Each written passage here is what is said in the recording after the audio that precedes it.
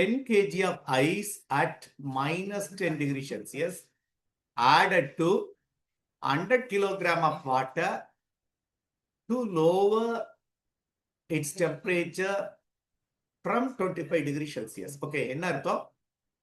minus 10 degrees Celsius இருக்க ice 100 kilogram of water which is at 25 degrees Celsius mix பண்றோம். Consider no exchange of heat to the surrounding. அப்போ heat given by the water is equal to heat gained by ice.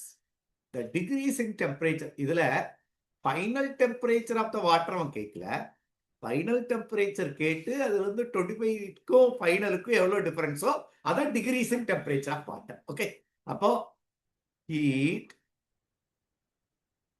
gained by ice is equal to heat energy, actually heat energy lost by water. நல்ல கவனிச்சேன்னா டக் டக் டக்குன்னு போட்டலாம். முத ஐஸே எடுத்துப்போம். Ice என்னவா இருந்துச்சு? 10 kg of ice which is at a temperature minus 10 degrees Celsius. உனக்கு formula mass of the ice, specific capacity of ice, fall in temperature. முத plus mass of the ice, latent heat of ice. என்ன 0 degree Celsius அது reach ஆகி water rice. அது அடுத்தது mass of ice, specific capacity of water, இங்க ice into rise in temperature 0ல இருந்து அது டீன்ற டெம்பரேச்சருக்கு வருது. டி அதான் நம்ம ஃபைனல் டெம்பரேச்சர் டீன்னு வச்சுட்டோம். இது heat gain by water. Heat lost by water, இது மாஸ் ஆஃப் வாட்டர், இதெல்லாம் ஐஸ். இது mass of water into specific capacity of water into 25ல இருந்து டீன்ற லோவர் டெம்பரேச்சரா மாறுச்சு. இந்த டீ தான் கண்டுபிடிக்கணும். இந்த கான்செப்ட் அண்டர்ஸ்டாண்ட் பண்ணிட்டா நம்ம போட்டலாம். கால்குலேஷன் கொஞ்சம் பெருசா இருக்கு. Mass of water 10 kg, 10 into specific capacity of water கொடுத்துருக்காங்க 2100. இது -10ல இருந்து 0 ஆகுது 10 பிளஸ் அதே 10 kilogram latent heat of water உனக்கு கொடுத்துருக்கு. Ice latent heat of fusion of ice 3.36 into 10 to the power of 5 plus mass of what, அதே ice தான் 10 kg. இப்போ அது வாட்டரா மாறிடுச்சு. ஆனா அந்த 10 kg மாறாது. 10 into இப்போ வாட்டரோட ஸ்பெசிபிக் கெப்பாசிட்டி 4200 into T. இந்த T தான் ஸ்மால் T போட்டுட்டாலும் சரிதான். Equal to what is mass of water? 100 kg into 4200 into 25 minus T. இந்த T தான் நீ கண்டுபிடிக்கணும். ஸோ இந்த சம்ம நீ சால்வ் பண்றது இந்த T பார்ட்டை மட்டும் அடுத்த சைட் கொண்டு போயிடலாம். மற்றது இந்த பார்ட் எல்லாமே இந்த இது மட்டும்தான் அடுத்த சைடு போகும். இது ரெண்டையும் நம்ம ஆட் பண்ணிக்கலாம். சரியா? இதை ஆட் பண்ணு. ஸோ 21 1 2 3 4 கரெக்ட் தானே? into 10 to the power of 4 plus 336 போட்டேன்னா 336 இது ஆக்கிட்டேன்னா 10 to the power of 3 10 to the power of 4 மாறிடும். 336 equal to இது 42 into 10 to the power of 4 into 25 minus T. இது மைனஸ், இது அடுத்த சைட் போயிடுச்சு. So 42 or 4.2 into 10 to the power of 4 into T. இது expand பண்ணு. the T will be answer கரெக்டா 15 degree Celsius வரும்.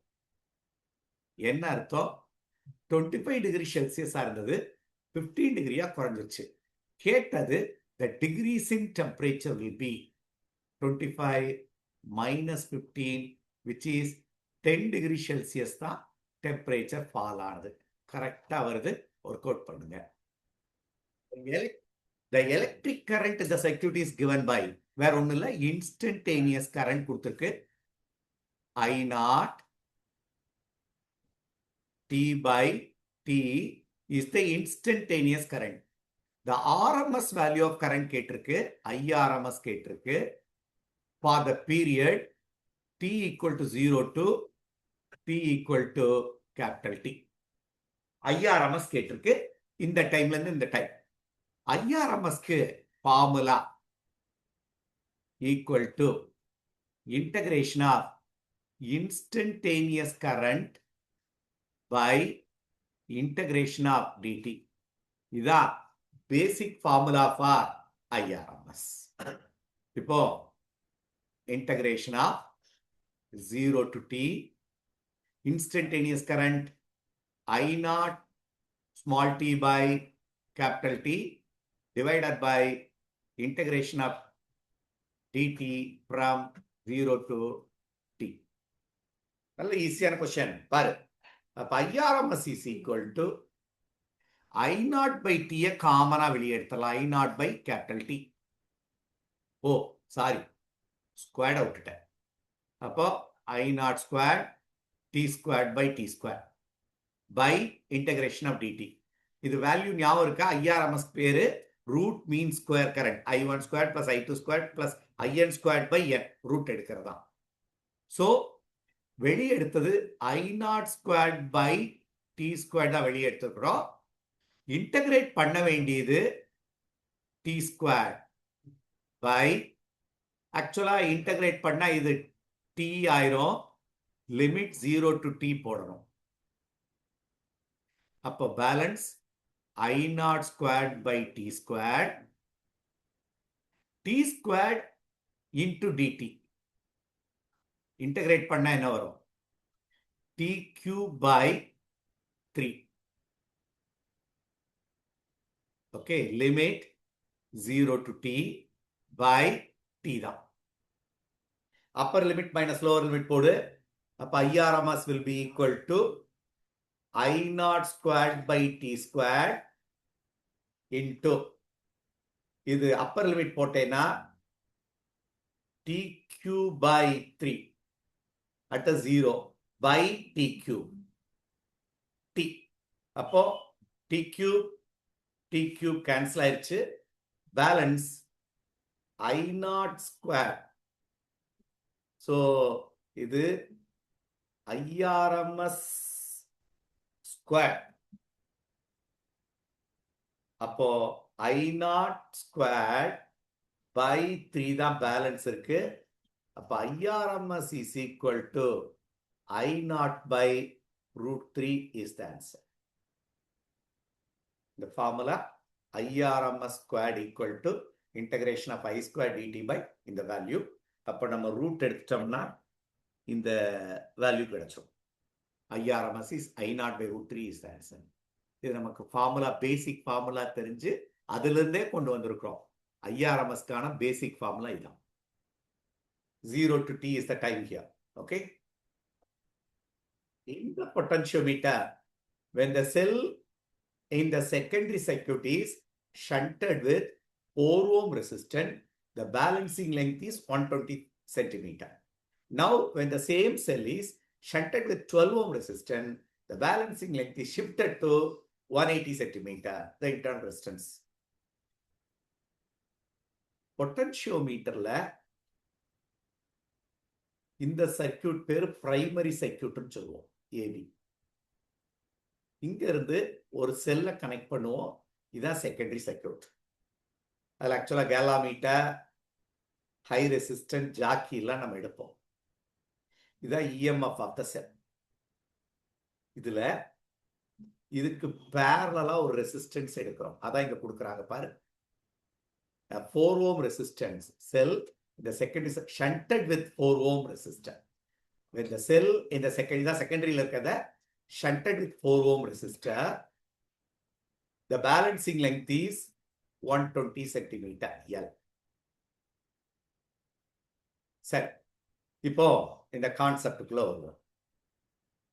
இது voltage drop equal to I into R. Basic formula. இப்போ I இன்டு R இருக்க இடத்துல ஸ்மால் ஆர் இன்டு எல் போடுவோம். Small r is called resistance per unit length. இது வோல்டேஜுக்கான formula. இதே போல dV by dL or dx பெரு voltage gradient is equal to I into V equal to IR formula தானே? IR by அதான் எப்படி எடுப்போம்னா I into L ன்னு வரும்.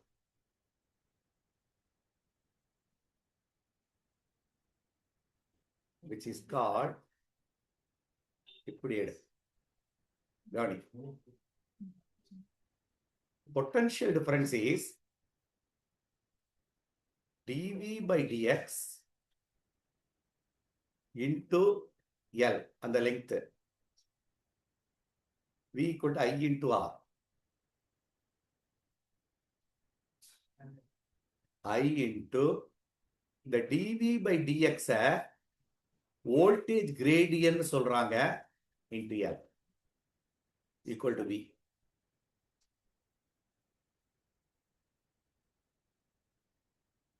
voltage gradient, voltage by length, the length is voltage.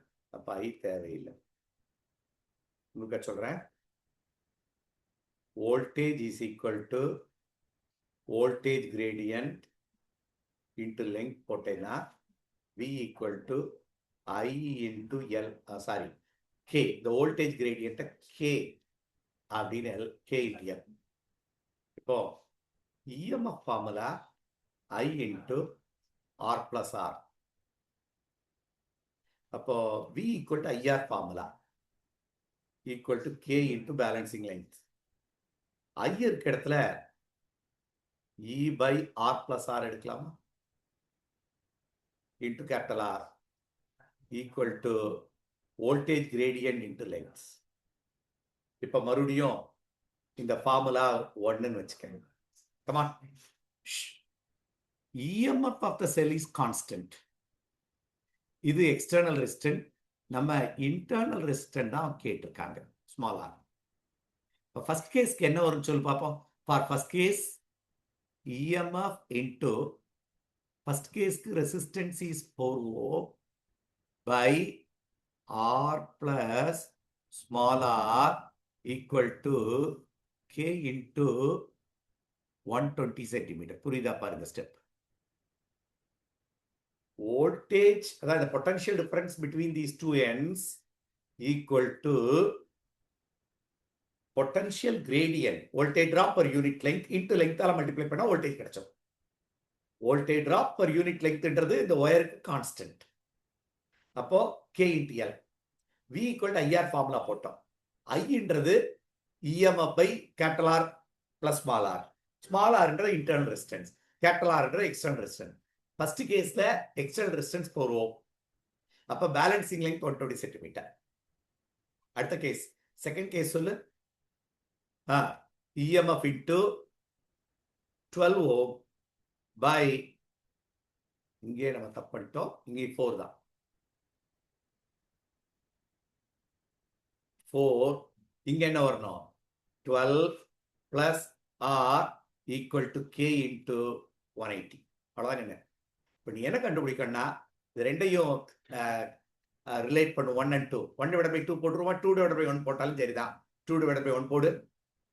180 by 120 equal to 4E. EMF ரெண்டுக்கு same தான்டா. 4E divided by 4 plus small r into 12E divided by 12 plus R. E cancel ஆயிருமா? 3 இப்போ balance வா. 3 by 2 equal to 12 plus R divided by 12 plus 3R. Cross multiply பண்ணிக்கோ. Calculate பண்ண என்ன வருதுன்னு பாரு. ஆர் கால்குலேட் பண்ண வேண்டியதா. 3 12s are 48. 3 12s are 38ல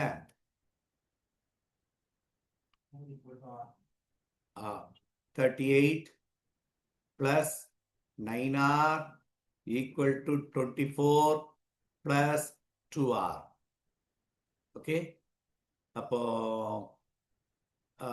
9R minus 2R 6R equal to என்னடா தப்பு பண்ணிட்டோமா? 3/2 கரெக்ட் தானே? 3 12 30 36 36. So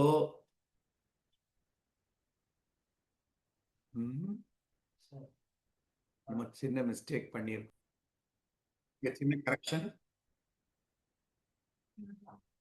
மறுபடியும் போடுவோம். 2 divided by 1 போடுறேன். 180 by 120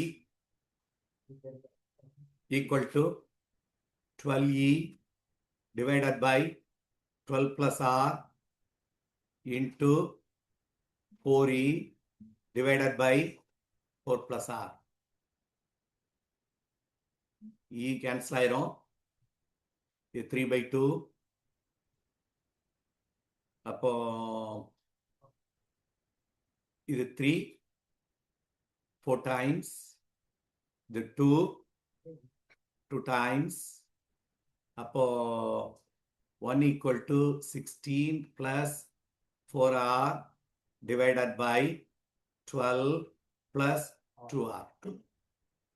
அப்போ 12 plus 2R equal to 16 plus 4R.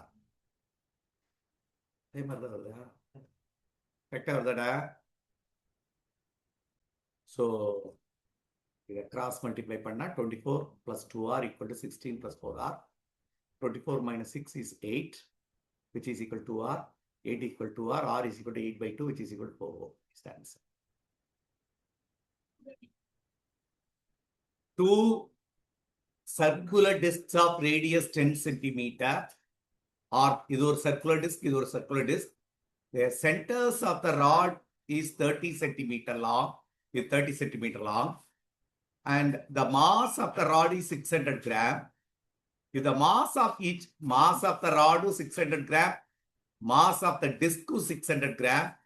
Apply the torque. Torque கொடுத்த அப்ளை பண்ணியிருக்கோம். CGS சிஸ்டத்தில் கொடுத்துருக்கு. Angular acceleration கொடுத்துருக்கு.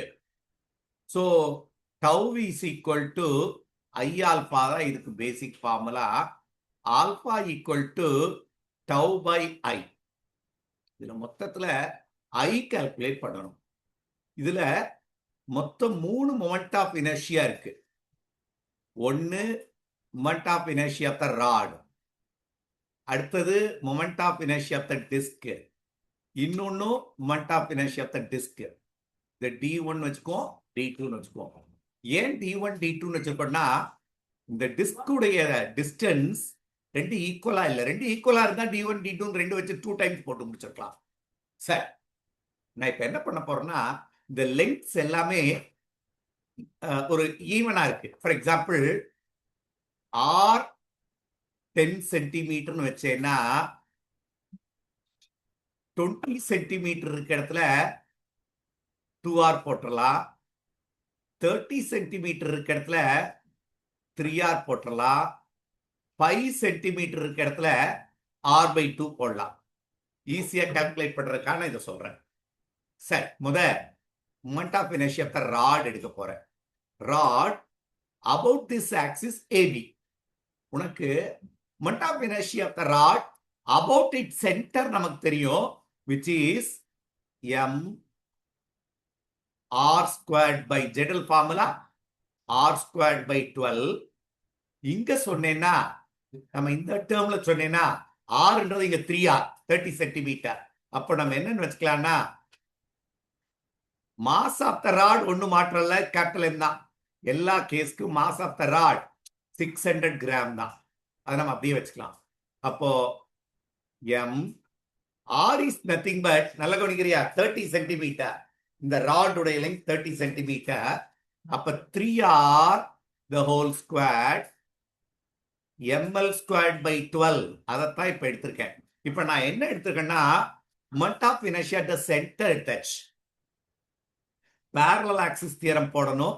அப்போ plus moment of inertia of center plus mass of the rod அதேதான் into square of distance. இந்த distance 5 centimeter. 5 centimeter நம்ம என்னன்னு வச்சுக்கலாம்னா r by 2 the whole square. r by 2 the whole square. இதுதான் moment of inertia of the rod. இப்போ first disk. moment of inertia of the first disk about AB. about AB இது ரெண்டுமே about AB. எல்லாமே about ABன்றத மறந்துடக்கூடாது. about AB இதுவும் about AB. சரியா? இப்ப moment of inertia of the rod about AB கண்டுபிடிச்சிட்டோம். இதே போல moment of inertia of the disk first disk about AB. இது first disk. இதோடைய ஃபார்முலா கவனி. இது moment of inertia of the disk. moment of inertia of the disk வந்து mr squared by 2 நமக்கு தெரிஞ்ச ஃபார்முலா தான் moment of inertia of the disk. ஆனா about diameter வர்றப்போ perpendicular axis theorem போடுவேன். mr squared by 2 equal to about the diameter plus about the diameter. உனக்கே தெரியும் moment of inertia about the diameter will be mr squared by 4. அப்போ இந்த இடத்துல mass வந்து 600 தான். mr squared by 4 plus mass parallel axis theorem. அப்போ distance வந்து இது 10 centimeter, mass of the disk m தான் into r squared தான். புரியுதா பாரு? இதோட distance 10 centimeter, r is 10 centimeter. அப்போ moment of inertia of the first disk about the center is mr squared by 3. இந்த disk இது எப்படி வந்துச்சு? mr squared by 3, mr squared by 4. about the diameter is mr squared by 4. In the distance, mass of the disk into distance is 10 centimeter r. இப்போ moment of inertia of the second disk about AB. அதே formula தான். Disc formula மாற்றம் இல்ல. mr squared by 4 தான். But இந்த distance மாறுது. அப்ப என்ன வரும்? m into 2r. 20 centimeter இருக்குனால 2r the whole square. 2r the whole square. Understand பண்ணி போடுறியா? இந்த மூணையும் ஆட் பண்ணா நெட் மொமெண்ட் ஆஃப் இனர்ஷியா கிடைச்சிடும். அப்ப எல்லாத்தையும் நம்ம எல்லாத்துக்கும் எது காமனா இருக்குன்னு பாரு. இப்ப எல்லாத்துக்கும் காமனா இருக்கிறது m காமன். mr ஸ்கொயர்ட் எல்லாத்துக்கும் காமன். அப்ப mr ஸ்கொயர்ட் காமன் எடுத்துடலாமா? mr squared is common. இப்ப நெட் மொமெண்ட் ஆஃப் இனர்ஷியா மூணையும் ஆட் பண்ண போறேன். இது என்ன வருது? 9 by 12 இதுல mr squared plus 1 by 4 plus இதுலயும் 1 by 4 plus 1 mr squared common எடுத்து 1 plus இதுல 1 by 4 plus 2 squared 4. இதெல்லாம் ஆட் பண்ணுங்க. இப்போ எல்லா வேல்யூ நமக்கு தெரியும். என்னென்ன வேல்யூ தெரியும்? மாஸ் வேல்யூ தெரியும் 600 கிராம். ஆர நம்ம என்னன்னு வச்சிருக்கோம்? 10 சென்டிமீட்டர், ஸ்கொயர்ட் இஸ் 100. அப்ப இதெல்லாம் நம்ம கால்குலேட் பண்ணிட வேண்டியதான். எல்லாத்தையும் ஆட் பண்ணு.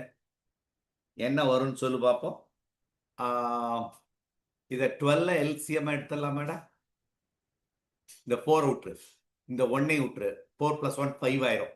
மற்றதெல்லாம் 12 காமன் எடுத்துடலாமா? 12 பிளஸ் இங்க 1 + 4 5.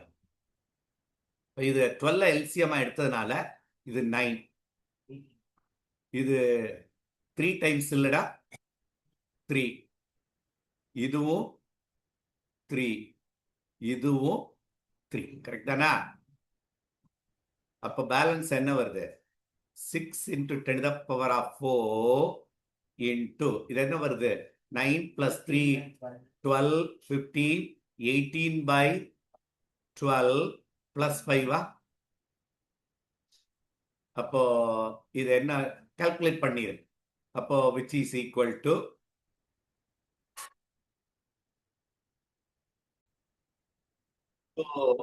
இதை கால்குலேட் பண்ணா 3 into 13 10 to the power of 4 cancel பண்றோம் 3 times. இதை கால்குலேட் பண்ண இந்த value 39 into 10 to the power of 4. நமக்கு வேண்டியது alpha tau by I. tau value கொடுத்துருக்கு 43 into 10 to the power of 5. 43 into 10 to the power of 5. இங்க நான் எழுதுன தப்பா எழுதியிருக்கேன். 10 to the power of 5. அப்போ பேலன்ஸ் ஒரு 10 மட்டும் இருக்கு. அப்போ 430 by 39 is 11. So the answer is 11. 11 is correct answer.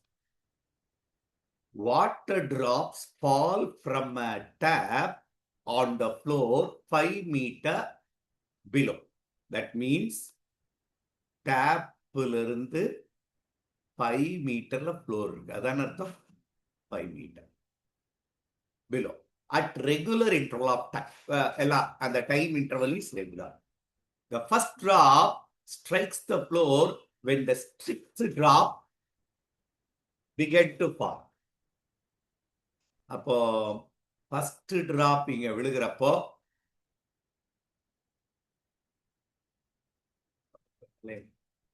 பாரு, ஃபர்ஸ்ட் டிராப் கிரவுண்டுக்கு வர்றப்ப second drop, third drop, fourth drop, fifth drop, sixth drop, ready to drop. பாரு, the regular interval of time, the first drop strikes the floor when the sixth drop began to fall. உலக ready ஆயிடுச்சு. The height at which the fourth drop will be from. அப்போ 1, 2, 3, 4.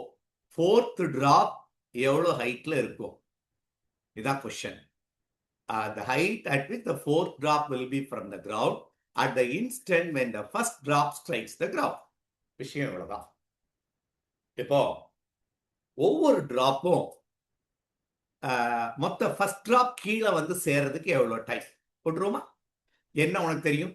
Initial velocity 0, displacement 5 metre, g is 10 metre per second square. அப்ப s is equal to ut plus half gt squared formula போட்டுரு. s is equal to half gt squared போட்டுட்டேன்னா அப்போ t will be equal to 2s by g root. அப்போ 2 into s வந்து 5 metre by 10, which is equal to 1 second. அந்த fifth drop ground, அந்த sixth drop, அந்த first drop, sixth drop அந்த form ஆறப்போ அந்த first drop ground வந்து சேர்ந்தாச்சு. அப்போ ஒவ்வொரு இப்ப சிக்ஸ்த் டிராப் இன்னும் விழல, நல்லா கவனிக்கணும். அப்போ 5 drop 1 second for 5 drops to fall. ஏன்னா 6 drop இன்னும் அட்டாச்சா தான் இருக்கு, புரிஞ்சுக்கோ. அப்போ எத்தனை டைம் இன்டர்வல் இருக்கும்? 1, 2, 3, 4, 5. Equal interval of time. அப்போ time for time between drops, time between drops is, time interval between the drop is 1/5, which is equal to 0.2 seconds. அப்போ ஒவ்வொரு டிராப்பும் விழுகிறதுக்கான டைம் 0.2 seconds. இப்ப சொல்ல, அப்போ இது 0.2 செகண்ட், இது 0.4 செகண்ட்ல இந்த ஹைட்ல இருக்கு. 0.4 செகண்ட்ல இந்த ஃபோர்த் டிராப் இந்த ஹைட்ல இருக்கு. இந்த ஹைட்ல இருக்கா? 0.4 செகண்ட்ல ஃபோர்த் டிராப் மட்டும்தான் இப்ப நம்ம கேர் பண்ண போறோம். So equal interval of time, first 0.2 second இங்க வந்திருக்கும், செகண்ட் 0.2 செகண்ட், அந்த 0.4 செகண்ட்ல இந்த ஹைட் வந்துருச்சு. அப்ப இந்த ஹைட்டை நம்ம எஸ்ன்னு வச்சுக்கோமா? டைம் தெரியும், எஸ் தெரியும். அப்ப அதே formula s is equal to half gt square போடும். அப்போ half into g வந்து 10, t ஸ்கொயர்ட் வந்து 0.4 the whole square. என்ன வரும்? 4 square is 16, 0.16. அப்போ displacement will be 1.6/2, 0.8 மீட்டர். நல்லா புரிஞ்சுக்கணும். எது எஸ்? 0.8 மீட்டர் அது டிராவல் பண்ணிருக்கு. ஆனா நம்ம கேட்டது என்ன? கிரவுண்ட்ல இருந்து எவ்வளவு தூரம்? h கேட்டிருக்கு. அப்ப h will be equal to total distance already கொடுத்தான் 5 மீட்டர். சோ இதை வேணா s dash s1 வச்சுக்க, இதை s ன்னு வச்சுக்க. டோட்டல் டிஸ்டன்ஸே எஸ்ன்னு வச்சுக்கிட்டோம். அப்போ s minus s dash is the height. S வந்து 5 metre minus 0.8 meters, which is equal to 4.2 meter height from the ground ல இருக்கும். இன்னொரு தடவை இது ரொம்ப சிம்பிளா சொல்றேன். மொத்தம் 6வது டிராப் உள்ள 5 டிராப் தான் விழுந்திருக்கு. 6வது டிராப் ரெடி ஆகிறப்ப 5வது டிராப் போய் ஃபர்ஸ்ட் டிராப் போய் ரீச் ஆச்சு. இதான் கிளியர் ஆக்கிக்கணும். அப்போ நம்ம டயக்ராமே போட்டு உனக்கு எக்ஸ்பிளைன் பண்ணிட்டேன். இந்த 6th டிராப் இங்க இருக்கிறப்போ அந்த ஃபர்ஸ்ட் டிராப் 5 மீட்டர் ரீச் ஆச்சு. 5 மீட்டர். அப்போ அந்த ஃபர்ஸ்ட் டிராப் வர்றதுக்கான டைம் இனிஷியலி 0. ஃபர்ஸ்ட் டிராப் ஆகிறப்ப இனிஷியலி 0. 5 மீட்டர் டிராவல் பண்ணுது. எவ்வளவு டைம்லன்னா 1 செகண்ட். இப்போ எல்லாம் அதுக்கு அடுத்த டிராப் ஈக்குவல் இன்டர்வல் டைம்ல வருது. நீ யோசிக்கிறப்போ 1 2 3 4 5. அப்போ இந்த டிராப் இன்னும் விழல. அப்போ ஈக்குவல் இன்டர்வல் டைம்ல எத்தனை கேப் இருக்கு? 1 2 3 4 5 டைம்ஸ் தான் இருக்கு. அப்போ 5 இன்ஸ்டன்ட் will be, அதான் மொத்த டைம் பை 5 டிராப்ஸ் வந்துருச்சு அதுக்குள்ள. அப்போ 0.2 செகண்ட். ஒவ்வொரு டிராப்புக்கு இடையில இருக்க டைம் 0.2 செகண்ட்ன்றதை நம்ம புரிஞ்சுக்கிட்டோம். அப்போ 0.2, அப்ப இதுக்கு இடையில 0.2 செகண்ட், இதுக்கு இடையில 0.2 செகண்ட், எல்லாத்துக்கு இடையில 0.2 செகண்ட். இப்ப என்ன கேட்டிருக்காங்கன்னா, இந்த ஃபர்ஸ்ட் டிராப் ரீச் ஆறப்போ 4th டிராப் எவ்வளவு ஹைட்ல இருக்கும் கிரவுண்ட்ல இருந்து. அப்ப 4th டிராப் இதான். எவ்வளவு டிஸ்டன்ஸ் 4th டிராப் டிராவல் பண்ணியிருக்குன்னா 0.2 செகண்ட் பிளஸ் 0.2 செகண்ட் 0.8 செகண்ட் தான். அது 0.8 செகண்ட் அது டிராவல் பண்ணிருக்கு. சாரி, 0.2 பிளஸ் 0.2 என்னது? 0.4 செகண்ட் டிராவல்.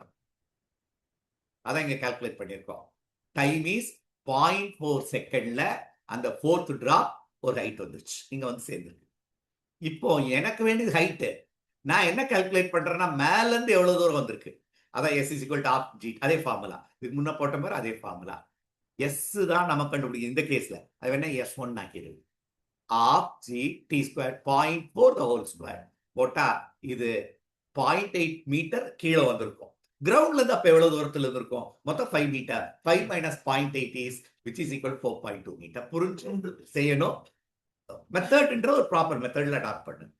எது நமக்கு தெரியும் டேட்டா வச்சு போறது. ஏன் சார் நேரா எஸ் கால்குலேட் பண்ணலாமா? கால்குலேட் பண்ணலாம். அது கொஞ்சம் டிடிஎஸ். அதோட இது easy method. Okay. an atom X383 is bombarded by a showers of fundamental particle in 10 seconds. 10 seconds. The atom absorb 10 electron, 10 proton, 9 neutron. The percentage growth in the surface area of the nucleon. இப்போ ஒரு element, new element form ஆகுது. அந்த original எலிமெண்ட்ல என்னென்ன உள்ளுக்குள்ள போயிருச்சு? 10 electron. எலக்ட்ரான -1 0 போடுவோம். 10 proton. புரோட்டானாலே மேல ஒண்ணு கீழே ஒண்ணு புரோட்டான். அடுத்தது 9 நியூட்ரான். நியூட்ரான் இது 10 புரோட்டான், 10 எலக்ட்ரான். எத்தனை நியூட்ரான்? 9 நியூட்ரான். அப்ப நீ சொல்லு நியூ எலிமெண்ட் எப்படி இருந்திருக்கும்? அதை ஒய்னு வச்சுக்கலாமா? New element y x plus 9 8 plus 10. புரிஞ்சு கவனிக்கணும். 8 பிளஸ் இது ஒரு 10, இது பிளஸ் ஒரு 9. 10 பிளஸ் 9 பிளஸ் 8. கரெக்டான கண்ணு? 19 10 19 பிளஸ் 8 27. சரிதானா? இங்க வா. 3 -1 பிளஸ் இது 10. நம்ம ஆக்சுவலி அட்டாமிக் நம்பர் இங்க ரோல் பிளே பண்ணாது. எனிவே அட்டாமிக் நம்பரை போடு. 3 -10 பிளஸ் 10. அப்போ அட்டாமிக் நம்பர் வேரியேஷனே இல்லை. இதுதான் நியூ எலிமெண்ட். இப்போ என்ன கேட்டிருக்குன்றத பாரு. Surface area. ஏய், நமக்கு ரேடியஸ்க்கு என்னடா formula? Radius of the nucleus is R0 into a to the power of 1/3. அப்போ இது மாஸ் நம்பர், இது ரேடியஸ். ஆனா அவன் ரேடியஸ் கேட்கல, சர்ஃபேஸ் ஏரியா கேட்கிறான். சர்ஃபேஸ் ஏரியா ஆஃப் த ஸ்பியருக்கு என்ன ஃபார்முலா? 4 pi r squared. இப்போ இது surface area of the first எலிமெண்ட்னு வச்சுக்கலாமே, which is equal to 4 pi into இத ஸ்கொயர் பண்ணா r0 squared into a to the power of 2/3 ஆயிருமா? இது கான்ஸ்டன்ட் தான், k ன்னு வச்சுக்க. அப்போ new surface area of the first atom is k into a to the a எவ்வளவு? 8 to the power of 2/3. ஏய், முத கியூப் ரூட் எடு. கியூப் எடுத்தா 2 ஸ்கொயர் பண்ணு, அப்போ 4 வந்துருமா? புரிஞ்சு படிக்கிறியான்னு பாரு. 8 கியூப் ரூட் தான் 2, 2 ஸ்கொயர் 4. இது ஈக்குவேஷன் 1. இப்ப ரெண்டாவது கேஸ் வர்றோம். இந்த எலிமெண்ட் அது என்ன, a டேஷ்னு வச்சுக்கலாமா? k into 27 to the power of, அதேதான், to the power of 2/3. அப்போ a1 என்ன? கியூப் ரூட் எடுத்தா 3, 3 ஸ்கொயர் 9, அப்போ k 9. இது 2. இப்போ நியூ சர்ஃபேஸ் ஏரியா கண்டுபிடிச்சிட்டோம், ஒரிஜினல் சர்ஃபேஸ் ஏரியா கண்டுபிடிச்சாச்சு. என்ன கேட்டிருக்கு? Percentage increase in the surface area. Percentage increase in surface area is increased area, அதான் a final area minus initial surface area by initial surface area into 100. போட்டுருவோமா? Final surface area 9k minus 4k divided by 4k into 100. இது answer. Increase the percentage growth, which is, அப்போ 9k minus 4k is 5k by 4 into 100. அப்போ 500 by 4, 125% increase ஆயிருக்கணும். இங்க answer தப்பு. So 125% surface area increase ஆயிருக்கணும். No option match with this question. இதெல்லாம் bonus mark கொடுப்பாங்க. அடுத்தது பாருங்க. The electric field of an electromagnetic wave traveling through the medium is given by. ரொம்ப கிளியரா கொடுத்தாங்க. எலக்ட்ரிக் ஃபீல்டுக்கான ஈக்குவேஷன் தான் கொடுத்திருக்கு. இந்த எலக்ட்ரிக் ஃபீல்டுக்கான ஈக்குவேஷன் சில விஷயம் நமக்கு ரொம்ப கிளியரா தெரியணும். Refractive index of the medium கொடுத்திருக்கு. அப்போ this wave should travel in a medium.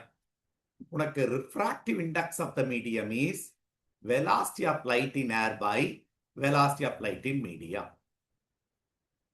Velocity of light in air உனக்கு தெரியும், 3 into 10 to the power of 8. அப்போ இந்த டேட்டா வச்சு velocity of the light in the medium கண்டுபிடிக்கணும். சரிதானா? இப்போ உனக்கு இத ஜெனரல் ஈக்குவேஷனோட சொன்னேன்னா E equal to இது E naught sin omega t omega or 2 pi t by t into 2 pi x by lambda. அப்போ இந்த first term omega, second term இன்னும் சொல்ல போனா இது பேர் கேன்னு சொல்லுவோம். What is K called? Wave number. அப்போ உனக்கு என்ன வேணும்னா வெலாசிட்டி ஆஃப் லைட்டுக்கு formula v equal to lambda by டீன்னு சொல்லலாம். அப்போ லாம்டா, அப்ப நீ ஒமேகா பை கேன்னு போடு, கரெக்டா வந்துடும். ஒமேகா என்ன இந்த இடத்துல? Omega 2 pi by lambda by omega, இந்த omega is nothing but 2 pi by T. அப்போ இந்த ஒமேகா இருக்க இடத்துல 2 into 10 to the power of 15 போட்டுடலாமா? K இருக்க இடத்துல 10 to the power of 7 போட்டுடலாமா? அப்ப velocity of light, velocity of electromagnetic wave இந்த மீடியம் கண்டுபிடிச்சிடலாமா? மீடியத்துல என்ன வெலாசிட்டின்னு பாரு, 2 into 10 to the power of இது -7 8 meter per second வந்துரும். அப்ப divided by velocity of light in medium is 2 into 10 to the power of 8. அப்ப the answer is, அப்ப refractive index of the medium is இதோட கன்வென்ஷன் இங்க எழுதுறேன். 1.5 is the refractive index. Follow பண்ணியா? அப்ப electric field ஈக்குவேஷனோ magnetic field ஈக்குவேஷனோ கண்டுபிடிச்சிட்டா கொடுத்தாங்கன்னா velocity of light in the medium கண்டுபிடிச்சிடலாம் by using omega by k. Omega is called angular frequency, k is called angular wave number. இதை வச்சு கண்டுபிடிச்சிடலாம். இது ரெண்டுமே metre per செகண்டா, இதுவும் மீட்டர் பர் செகண்டா, இந்த 3 into 10 to the power of 8 metre per செகண்டா, ரெண்டு கேன்சல் ஆகிற ஒரு refractive index கண்டுபிடிக்கிறப்போ ஈஸியான கொஸ்டின்.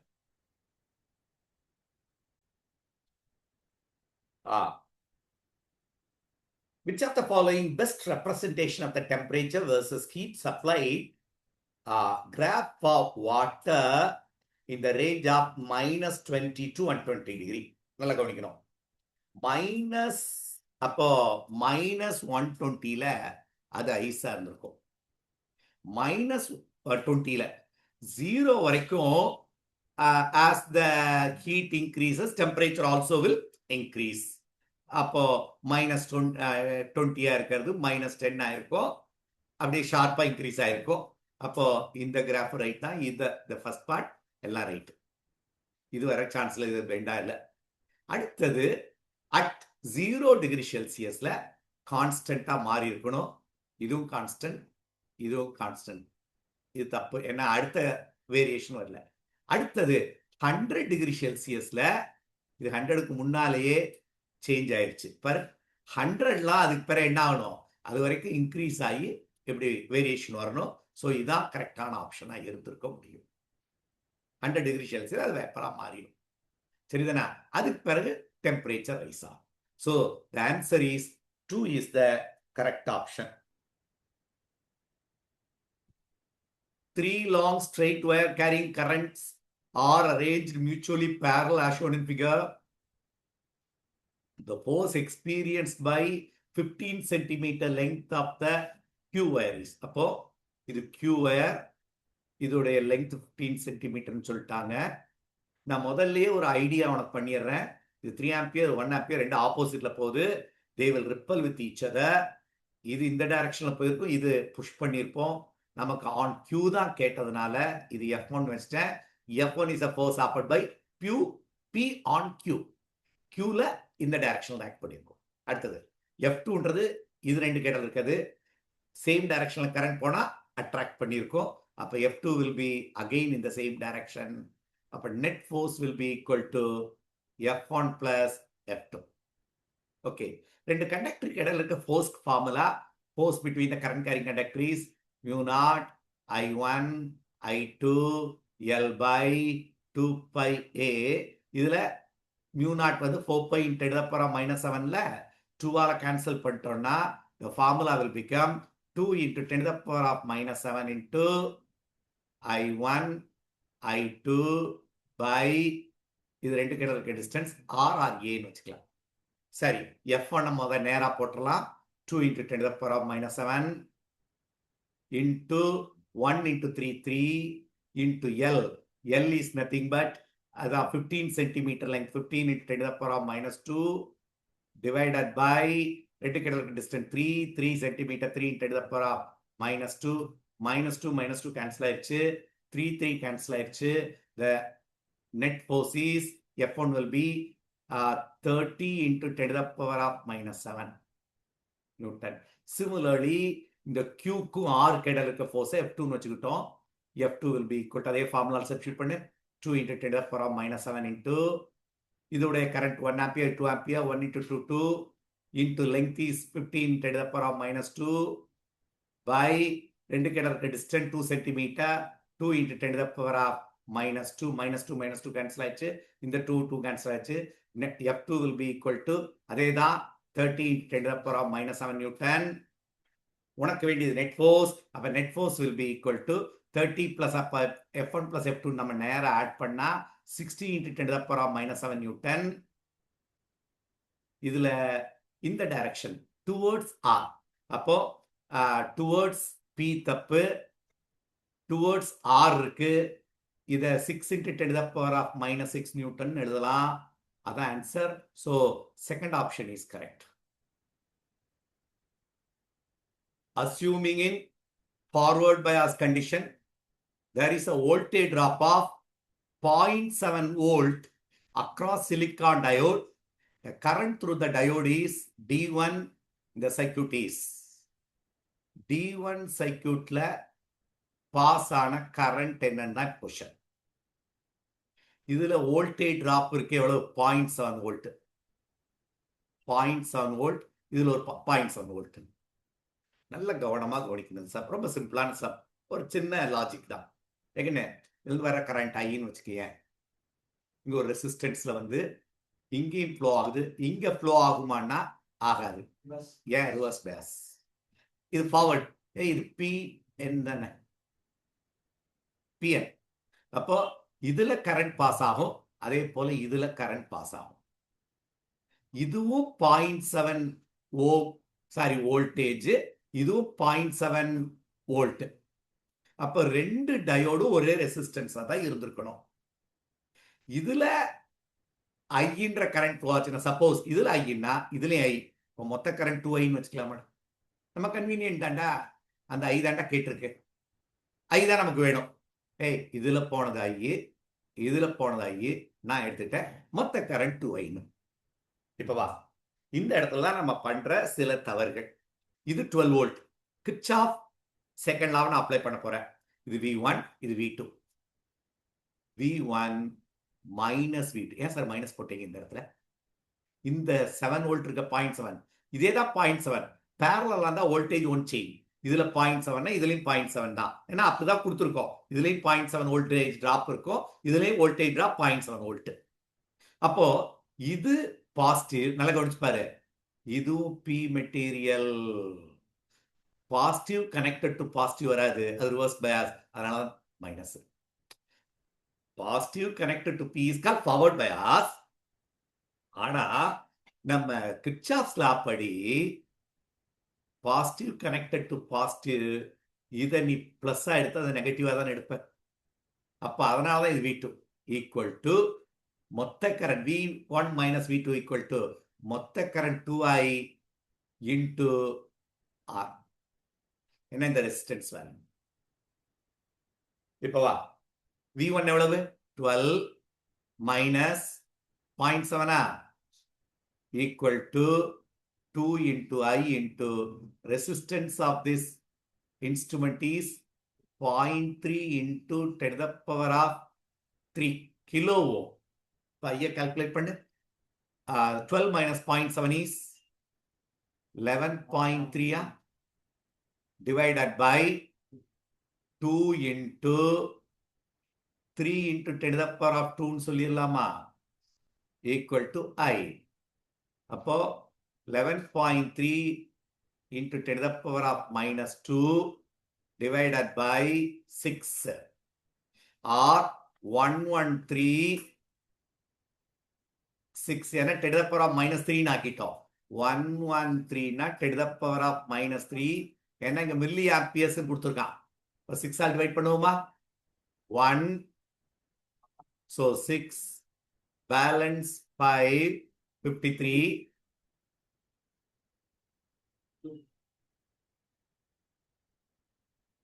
7 6 are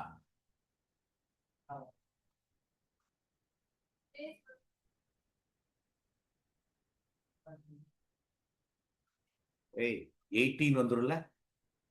8 40, 6 8 48.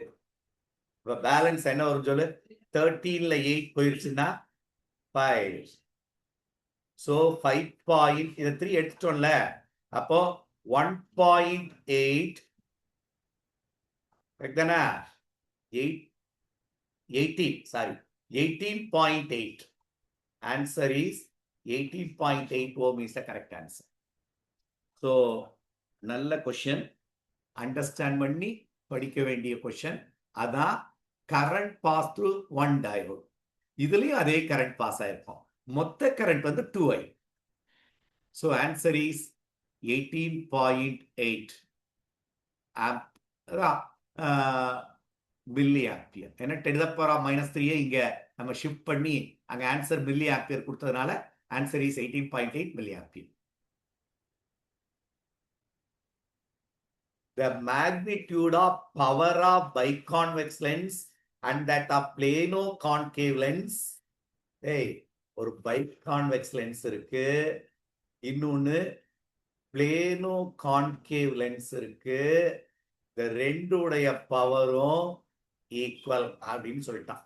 ஆனா இந்த பைகான்வெக்ஸ் லென்ஸோட ரிஃப்ராக்டிவ் இண்டெக்ஸ் 1.5 இந்த பிளேனோ கான்கேவ் லென்ஸோட ரிஃப்ராக்டிவ் இண்டெக்ஸ் 1.7 கொடுத்திருக்காங்க. If the curvature of plano concave curvature lens exactly matches the curvature of back surface of the bike. அப்ப என்ன அர்த்தம்னா இது பேக் சர்ஃபேஸ், இதோடைய curvature radius of curvature R1 னா இதோடைய radius of curvature R2. இந்த concave இப்படி திருப்பி வை, இதோடைய ரேடியஸ் ஆஃப் கர்வச்சரும் R1 R2. அப்ப இதுவும் R2. இதான் அவன் சொல்ல வர்றான். அப்ப இதோடைய ரேடியஸ் ஆஃப் கர்வச்சரும் R2. Okay, then the ratio of radius of curvature of front and back surface. Question கேட்டது R1 by R2 தான் கேட்டிருக்கு. ஸ்டார்ட் பண்ணுவோமா? உனக்கு ரிஃப்ராக்டிவ் இண்டெக்ஸுக்கும் ரேடியஸ் ஆஃப் கர்வச்சருக்கும் ரிலேஷன் நம்மகிட்ட இருக்கு. என்ன ரிலேஷன்? 1/f, அதான் பவர். இதான் general formula. Mu -1 into 1/R1 minus 1/R2. இப்ப ஃபர்ஸ்ட் கேஸ்க்கான formula power is equal to 1.5 minus 1 into 1/R1. நல்லா கவனிக்கணும், இது R1 பிளஸ் R2 மைனஸ். அப்போ 1/R1 minus of minus plus ஆயிரும் 1/R2. இதுல என்ன கண்டுபிடிக்கணும்னா R1 கண்டுபிடிக்கணும்ன்றத மறந்துடக்கூடாது. which is equal to power of the second lens. power of the second lensல 1 அதே ஃபார்முலா தான் போட போறேன்.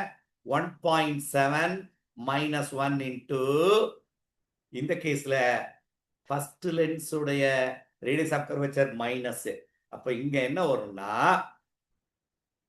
Minus 1/R2, sorry R1 R2 1/R2.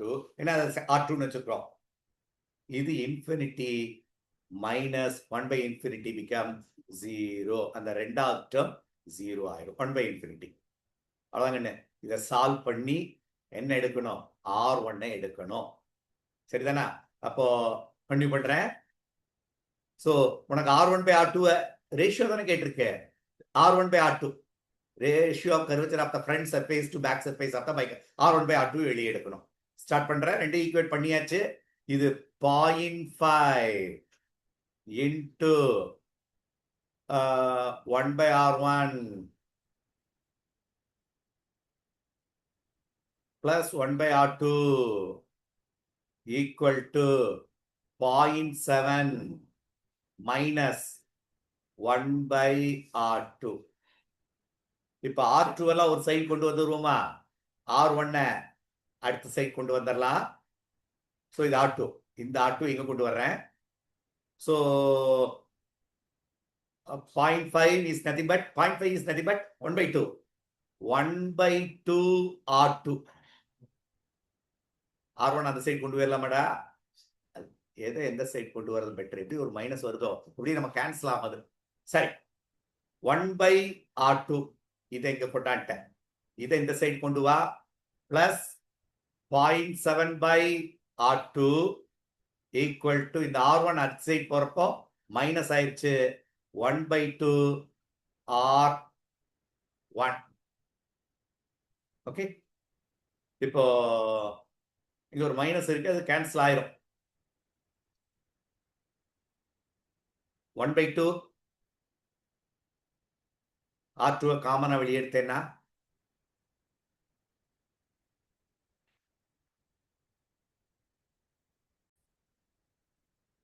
So இது ஒரு பவர், இது ஒரு பவர். பவரை பொறுத்தவரை மேக்னிடியூட் எடுத்து தான் டிஸ்டன்ஸ் தான் நம்ம கண்டுபிடிக்க போறோம். அதனால இந்த மைனஸ் சைன் கேரி பண்றதுனால மீனிங் இல்லை. பாரு, இத 1/2 நெட் 0.2. ஸோ என்ன பண்ணியிருக்கேன்னா R2 லெஃப்ட் ஹேண்ட் சைடு கொண்டு வந்துட்டு R1 ரைட் ஹேண்ட் சைடு கொண்டு வந்திருக்கேன். இது மைனஸ் வருது, ஆனா மேக்னிடியூட் எடுக்கிறதுனால நம்ம மைனஸ் பத்தி கவலைப்பட தேவையில்லை. இப்போ போட்டாலும் மைனஸ்ல வந்தாலும் ஆன்சர் ரைட் தான் நமக்கு. ஸோ இதை பாரு, R1/R2 எடு, 0.1/2, 5/12 is the answer. Magnitude of the power, உனக்கு ஒரு கன்ஃபியூஷன் இருக்கலாம். ஒன்னு பவர் பிளஸ், இன்னொன்னு கட்டாயம் மைனஸ் தான். ஆனா ரெண்டும் ஈக்குவல் சொன்னா மேக்னிடியூட் எடுத்தாலே போதும்.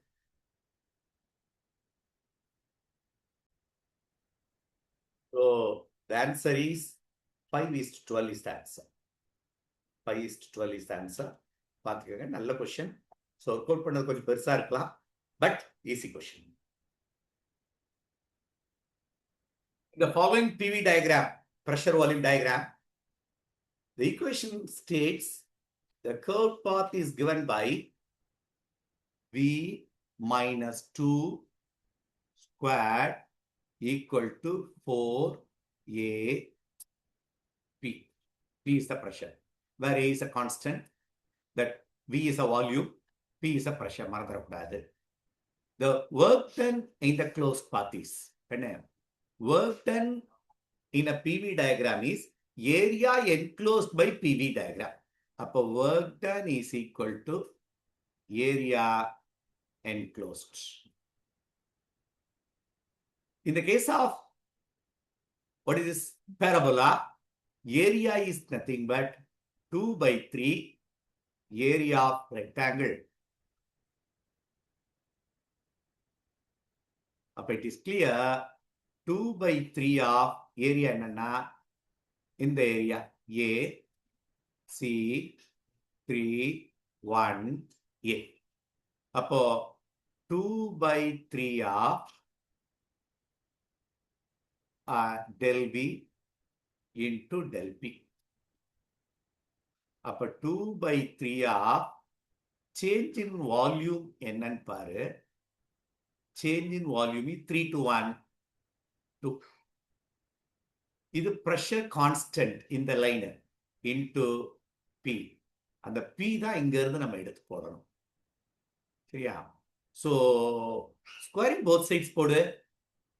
V minus 2 equal to 16 A squared P squared. அப்போ P, ஓஹோ, P நேராவே எடுத்து போட்டுடலாம்.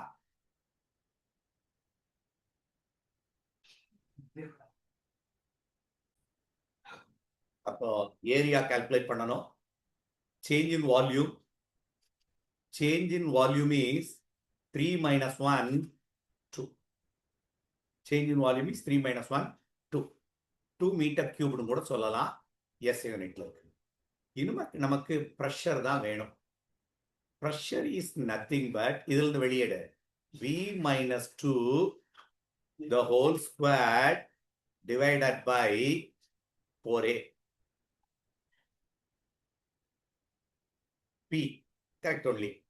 V minus 2 the whole squared by 4A. இப்போ V ஒரு கொஸ்டின் ரைஸ் ஆகுது.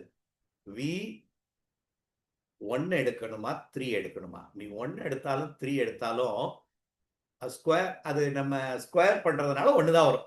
இப்போ P will be equal to, நான் 3 எடுத்தாலும் 3 minus 2 the whole squared, 1 எடுத்தாலும் 1 minus 2 minus 1 the whole squared become 1/4A ன்னு வந்துரும் pressure value. இப்ப சப்ஸ்டிட்யூட் பண்ணு. 2/3 into change in volume is 2 meter cube into pressure is 1/4A. அப்போ 4 கேன்சல் ஆயிடுச்சு. work done will be equal to 1/3A. இதுவரைக்கும் நம்ம போட்டது பெர்ஃபெக்ட். பிளஸ் இருக்கு, இந்த இடத்துல தான் கேர்ஃபுல்லா நம்ம கன்க்ளூஷன் வரணும். சார், இந்த work done in the closed area clockwise anti clockwise? கிளாக் வைஸா இருந்தா பிளஸ், ஆன்டி கிளாக் வைஸா இருந்தா மைனஸ். ரொம்ப கிளியரா இருக்குது anticlockwise. So the answer should be minus. பாரு எவ்வளவு அக்யூரேட்டா கொண்டு வரணும்.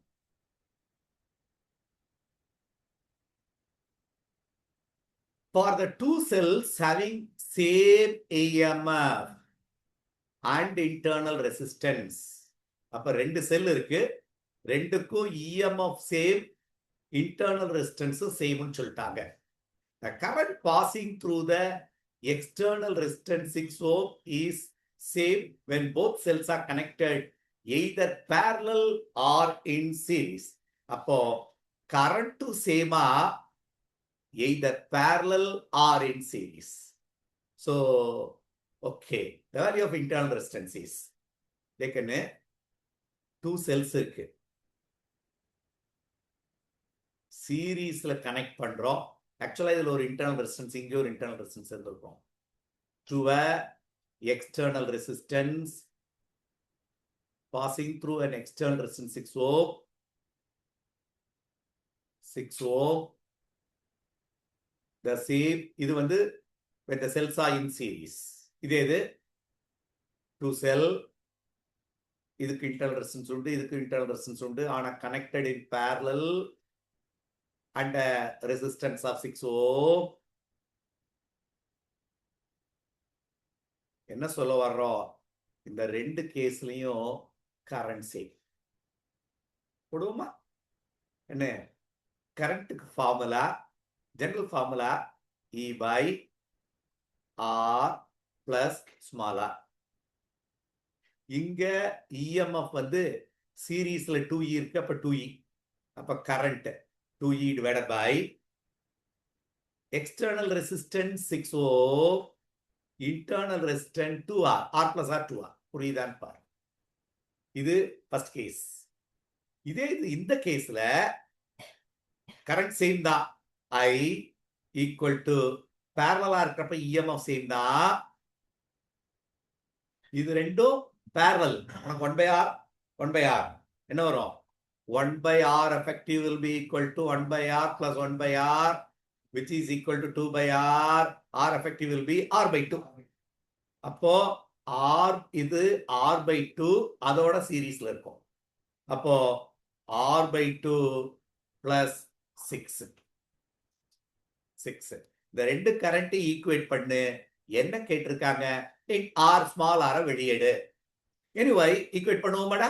Equation 1 2 equal. என்னென்ன ஈக்குவல்? ரெண்டு செல்லுக்கு EMF, ஒவ்வொரு செல்லோட EMF ஈக்குவல், ரெண்டு செல்ல இருக்க இன்டர்னல் ரெசிஸ்டன்ஸ் ஈக்குவல். இது R, இது R தான், இது R தான், இந்த R கேட்டிருக்கு. என்ன சொல்லியிருக்கு?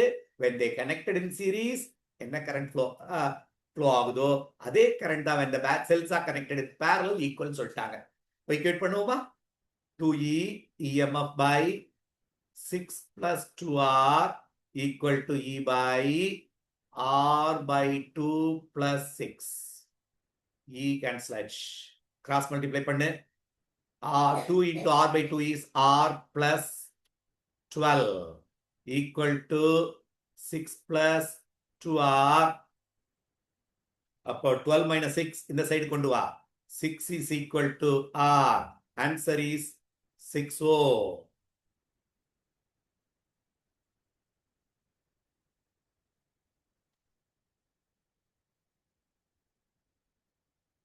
Correct.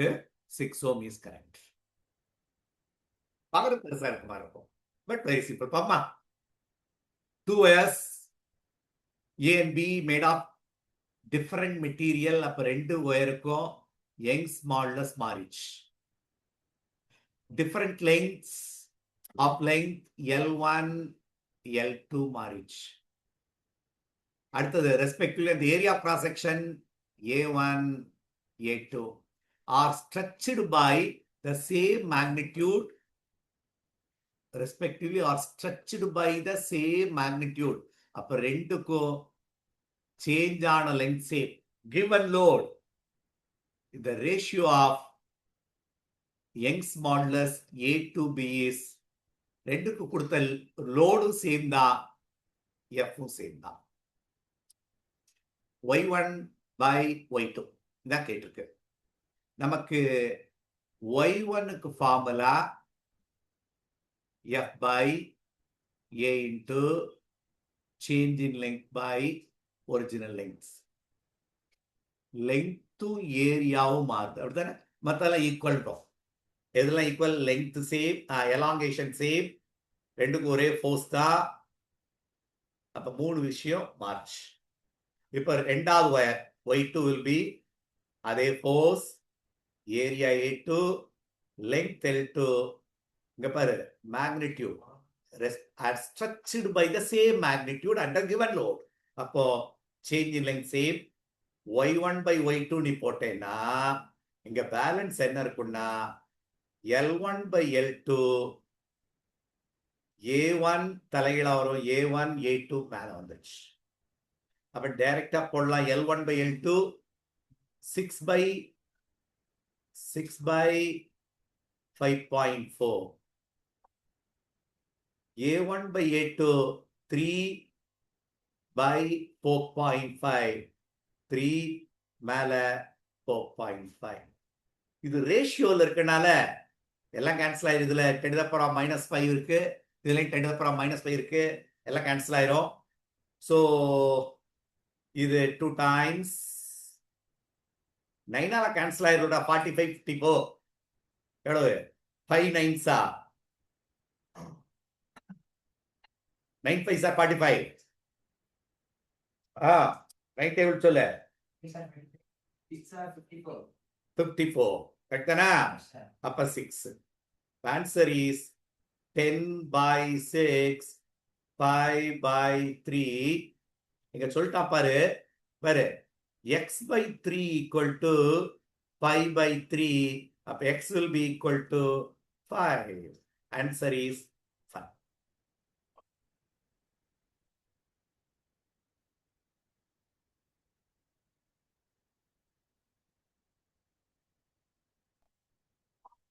A block of mass 5 kg is moving on an inclined plane, which makes an angle 30 degrees with the horizontal. The frictional coefficient between the block and the plane is √3 by 2. The force to be applied on the block so that the block will move down without acceleration. இப்போ அவங்க சொன்னதை டயகிராம்ல போடுது.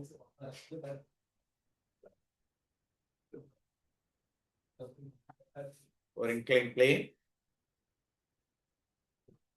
ஒரு black, இங்க ஒரு frictional force இருக்கு. இதுல நீ கொஞ்சம் கவனமா கவனிக்கணும். இதுல டவுன்வர்ட் ஃபோர்ஸ், ஃபிரிக்ஷனல் ஃபோர்ஸ். இப்போ இங்க ஒரு லைன் கொடுத்து, the force to be applied on the block upward act பண்ணணுமா டவுன்வர்ட் ஆக்ட் பண்ணணுமான்ற ஒரு क्वेश्चन வருது. So that the block will move with a constant without acceleration, means uniform velocity போற மாதிரி, no acceleration. அப்போ டவுன்வர்ட் ஃபோர்ஸ் உனக்கு இது மாதிரி diagram போட்டாலே நமக்கு தெரியும். this is mg, இது mg sin theta, இது mg cos theta, இது theta, இதுவும் theta. நார்மல் அப்வர்டா இருந்திருக்கும். frictional force will be mu mg cos theta, cos theta. mu into n. n is nothing but mg cos theta. So இப்ப நான் என்ன செய்ய போறேன்னா, mg sin theta greater mu mg cos theta greaterனு யோசி. mg sin theta என்ன? m எவ்வளவு? 5. So இப்ப நான் வந்து டவுன்வர்ட் ஃபோர்ஸ் mg sin thetaவை கால்குலேட் பண்ண போறேன். 5 into g எவ்வளவு? 10 into sin 30 தானே? sin 30 என்ன? 1 by 2. So 5 into 10 50 by 2, which is 25 Newton. இது டவுன்வர்ட் ஃபோர்ஸ். அப்வர்ட் ஃபோர்ஸ் என்ன? அதான் ஃபிரிக்ஷனல் ஃபோர்ஸ். அதே formula. Frictional force formula mu mg cos theta. mu எவ்வளவு? √3 by 2. m எவ்வளவு? 5. g எவ்வளவு? 10. cos 30 எவ்வளவு √3/2 இதை கால்குலேட் பண்ணு 3 into 3 3 ஆயிரும் சரியா 50/4 அப்படிதானே கண்ணு 50/4 தானே இருக்கு என்ன வருது 3 into 50 150/4 75/2 அப்ப என்ன வந்துருச்சு 75/2 is 37.5 நியூட்டன் அப்ப ரொம்ப கிளியர் எது அதிகமா இருக்கு upward force frictional force greater அப்ப நீ எவ்வளவு additional force போட்டா தானா வரும் இதான் क्वेश्चन அப்ப downward we should add how much அப்போ the force applied downward force should be equal to frictional force இதான் நமக்கு வேண்டிய force அப்ப நம்ம force required is frictional force minus downward force frictional force is 37.5 minus 25 என்னடா கண்ணு 12.5 தானே சப்ஸ்ட்ராக்ட் பண்ணா அவ்வளோ ஃபோர்ஸ் டவுன்வர்ட்ல ஆக்ட் பண்ணணும் அப்ப downward force is 12.5 Newton statement 1 a plane wave after passing through a prism remain plane wave but passing through the small pin hole may become spherical wave correct ஒரு பிரிசத்துல ஒரு plane வேவ்ன்றது parallel ray பிரிசத்துல பட்டு டைஃப்ராக்ட் ஆகி parallel தான் போயிருக்கும் so first point right இதே ஒரு parallel ray ஒரு பின் whole வழியா போச்சுன்னா it diverges and forms spherical wave அப்ப ஃபர்ஸ்ட் பாயிண்ட் ரொம்ப கரெக்ட் அடுத்தது the curvature of the spherical wave emerging from a slit will increase for increasing the slit width இது தப்பு கவனிக்கணும் slit width increase slit width decrease ஆச்சுன்னா இந்த curvature will increase slit width increase ஆக curvature will decrease flat ஆயிரும் parallel போக ஆரம்பிச்சிரும் so புரியுதான்னு பாரு ஸ்லிட் வித் நேரோவா இருந்தா அந்த ரே டைவர்ஜ் ஆகி அந்த கர்வச்சர் ஒய்டா இருக்கும் இந்த ஸ்லிட் வித் ஒய்ட் ஆக என்ன ஆயிரும் இந்த கர்வச்சர் குறைய ஆரம்பிச்சிடும் and become parallel so the answer is statement 1 is correct statement 2 is wrong so third statement 1 is true statement 2 is false ரொம்ப ஈஸியான ஒரு क्वेश्चन கர்வச்சர் ஆங்கிள் ஆஃப் இத நம்ம இந்த ஃபார்முலா வச்சு சொல்லலாம் a sin theta equal to lambda இப்போ sin theta equal to lambda by a கூட இந்த ஆங்கிள் குறைய ஆரம்பிச்சிரும் அப்ப கர்வச்சர் குறைய ஆரம்பிச்சிரும் அதை வச்சு சொல்லலாம் so the anyway statement 1 is right statement 2 is wrong when both jaws of vernier caliper touch each other, zero mark of the vernier scale is right to zero mark of the main scale. Okay. Zero mark of the vernier scale is right to zero mark of the main scale. அப்போ இவ்வளோ division உள்ளதுல இருந்து இப்போ for example இப்போ நீ ஜாஸ் expand பண்ணி 3 centimetre வச்சுட்டா இந்த length அதுல இருந்து சப்ட்ராக்ட் பண்ணாதான் ரெண்டு மேட்ச் ஆன மாதிரி this is called negative error subtract பண்ணணும் வர்ற ஆன்சர்ல இருந்து okay mark of the main scale fourth mark of the vernier scale coincides with the mark of the main scale mark on the zero of the main scale கொடுத்திருந்தானோ ரொம்ப correct anyway 4 division negative error எத்தனை word அதெல்லாம் புரிஞ்சுக்கணும் 4 division negative error okay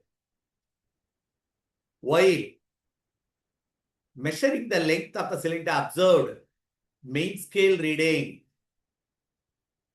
15 divisions and the division vernier scale reading 5th division of the vernier scale coincide with the main scale division. Measurement of the cylinder is the length of the cylinder.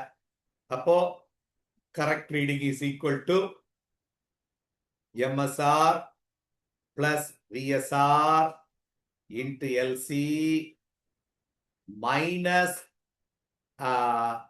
0 error, 0 correction, 0 error into least count. Okay.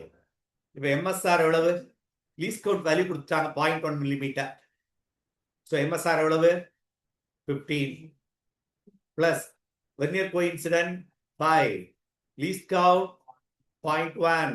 அப்ப இது MSR 15 millimeterன்றத மறந்துடக்கூடாது. 15 millimeter. இது ordinary vernier scale, நம்ம use பண்ற vernier calliper, நார்மலா use பண்ற vernier calliper scale தான். Minus எவ்வளவு எரர்? 4 division multiplied by 0.1 என்ன வருதுன்னு சொல்லு. சோ இதை நம்ம சிம்பிளிஃபை பண்ணா 15 plus 0.5 minus 0.4. அப்போ 15.5 minus 0.4, which is 15.1 millimeter is the answer. 15.1 millimeter is the answer. 15.1 millimeter is the answer. The magnetic field at the center of the current carrying circular loop of radius R is 16 microtesla. So, current loop, magnetic field at the center is 16 microtesla. Μt. The magnetic field at a distance, at the coil, at a distance x √3r on the axis is, இதோட magnetic field என்ன? On the axis. உனக்கு formula தெரியும். at the center formula μ0 Ni by 2r. என்னென்ன data கொடுத்துருக்குன்னு பார்த்தேன்னா 16 micro Tesla μt equal to μ0 வேல்யூவை ரெண்டாவது ஈக்குவேஷன்லயும் அதே வச்சுக்க, ஐயையும் அதே வச்சுக்க, ரேடியஸ் 2 into capital R வச்சுக்க. ஈக்குவேஷன் 1. இப்போ மேக்னெட்டிக் ஃபீல்ட் ஆன் த ஆக்சிஸ்க்கு ஃபார்முலா உனக்கு ஃபார்முலா தெரியும். μ0 Ni a square divided by, இங்க ஏன்றது R வச்சுக்கோம், 2 into R squared plus x squared to the power of 3/2. இதான் ஜெனரல் ஃபார்முலா. இது ஆறுன்றதை மறந்துடாத, R squared தான். இப்போ கமிங் டு த ஸ்டெப், அதான் நம்ம கண்டுபிடிச்சாகணும். ஓகே,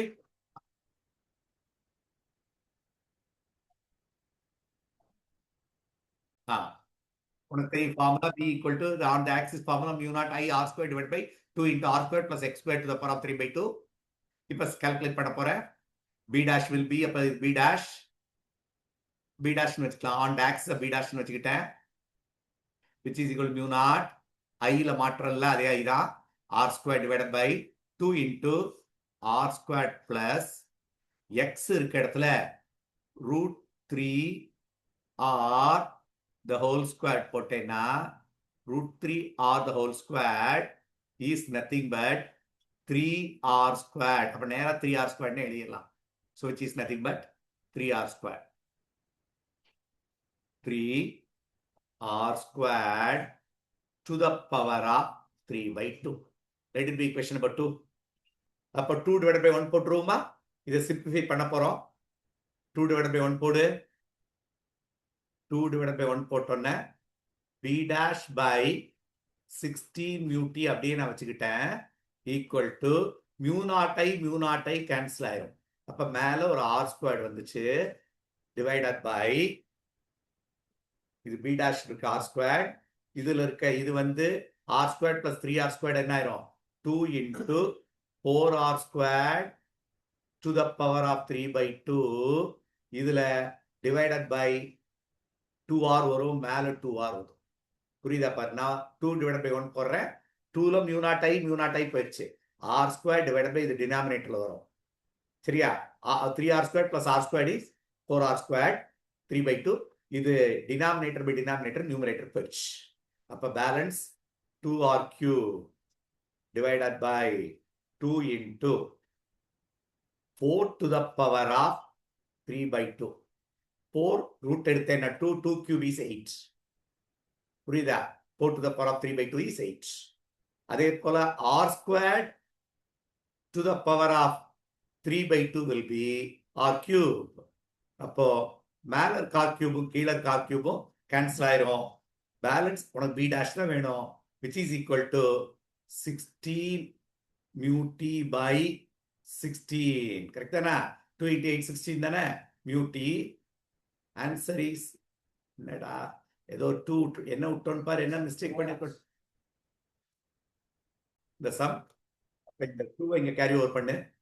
2 into 16 divided by இங்க வர 16. இந்த மைக்ரோ டெஸ்லா மேல போயிருச்சு. So answer is 2 micro Tesla is the answer. So ஈஸியான கொஸ்டின் தான், நல்லா யோசித்து செய்ய வேண்டிய ஒரு சிம்பிள் கொஸ்டின். இது ஒன்றும் ரொம்ப பெரிய இதெல்லாம் இல்லை. இதுல 2 point charges 1 nanocoulomb and 2 nanocoulomb are placed at the corners of equilateral triangle of side 3 cm. அப்போ ஒரு equilateral triangle இருக்கு, அதோடைய கார்னர்ஸ்ல 2 சார்ஜ் இருக்கு. அப்போ இங்க ஒரு சார்ஜ் 1 nanocoulomb இருக்கு, இன்னொரு சார்ஜ் 2 nanocoulomb. இப்போ ஆஃப் சைட் 3 சென்டிமீட்டர். அப்ப எல்லா சைடும் 3 centimetre 3 centimetre and 3 centimetre respectively. The work done in bringing a charge 3 nanocoulomb from infinity to the third corner. இங்க இன்ஃபைனைட்ல இருந்து 3 nanocoulomb சார்ஜை கொண்டு வர்றதுக்கு எவ்வளவு ஒர்க் டன் தான் கேட்டிருக்கு. Infinity to third corner upper triangle எவ்வளோ work done in bringing the charge. ரொம்ப ஈஸியான கொஸ்டின். முதல்ல நீ என்ன கண்டுபிடினா, இந்த பாயிண்ட்ல நம்ம என்ன கான்செப்டுக்குள்ள வர்றோம், பொட்டன்ஷியல் அட் அ பாயிண்ட். இது ஏன்னு வச்சுக்கலாமா? Potential at a point is potential due to 1 nanocoulomb plus potential due to 2 nanocoulomb. இதை கண்டுபிடிக்க போறோம். அடுத்தது work done is nothing but work done by charge. Work done is potential at A into charge you are bringing Q3. அதான் அந்த Q3 ன்னு வச்சுக்கிட்டோம். அப்ப potential at இந்த பாயிண்ட்ல கண்டுபிடிச்சிடலாமா?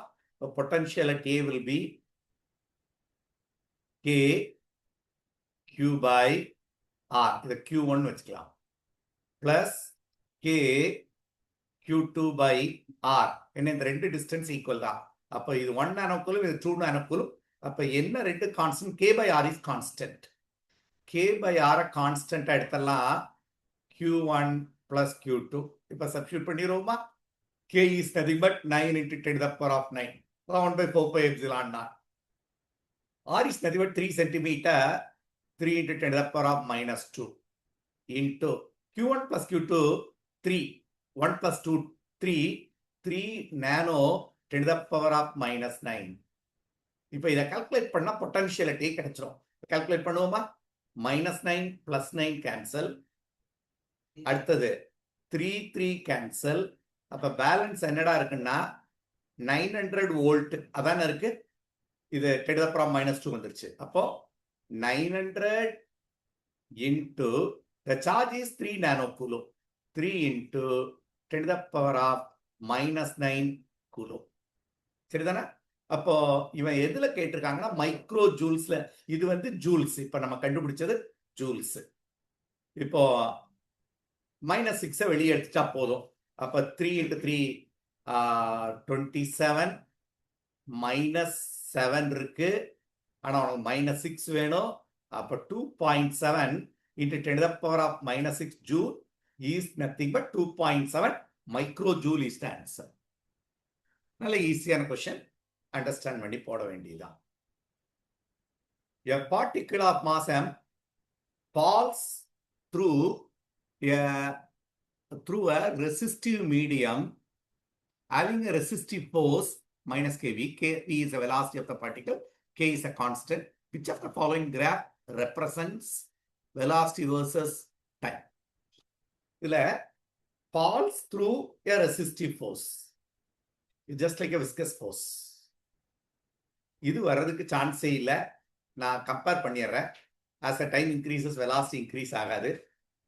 முதல்ல நமக்கு தெரியும் viscous forceல விழுந்துருச்சுன்னா it is an opposing force. Velocity will slowly increase and become constant. அப்போ இது ஆப்ஷன் இல்ல. இது என்னன்னா as the time increases velocity decreases, actually starts from rest. அப்ப இதுவும் சான்ஸ் இல்ல. இது என்னன்னா velocity ஸ்டெடியா இன்க்ரீஸ் ஆகிட்டே போறது, அதுவும் சான்ஸ் இல்ல. அப்ப இது மட்டும்தான் option, just like viscous force. So இதை பொறுத்தவரை ரொம்ப அண்டர்ஸ்டாண்ட் பண்றதுக்கு ஒன்றும் இல்லை. இந்த கான்செப்ட் ரொம்ப simple. It falls through a opposing force. As it comes down, it's a gravitational force தான். As it comes down, the opposing force also will increase, just like a viscous force. அப்போ the velocity of the body will gradually increase, they become constant. That is called terminal velocity. So the body will attain a constant velocity, that is called terminal velocity. It will go constant.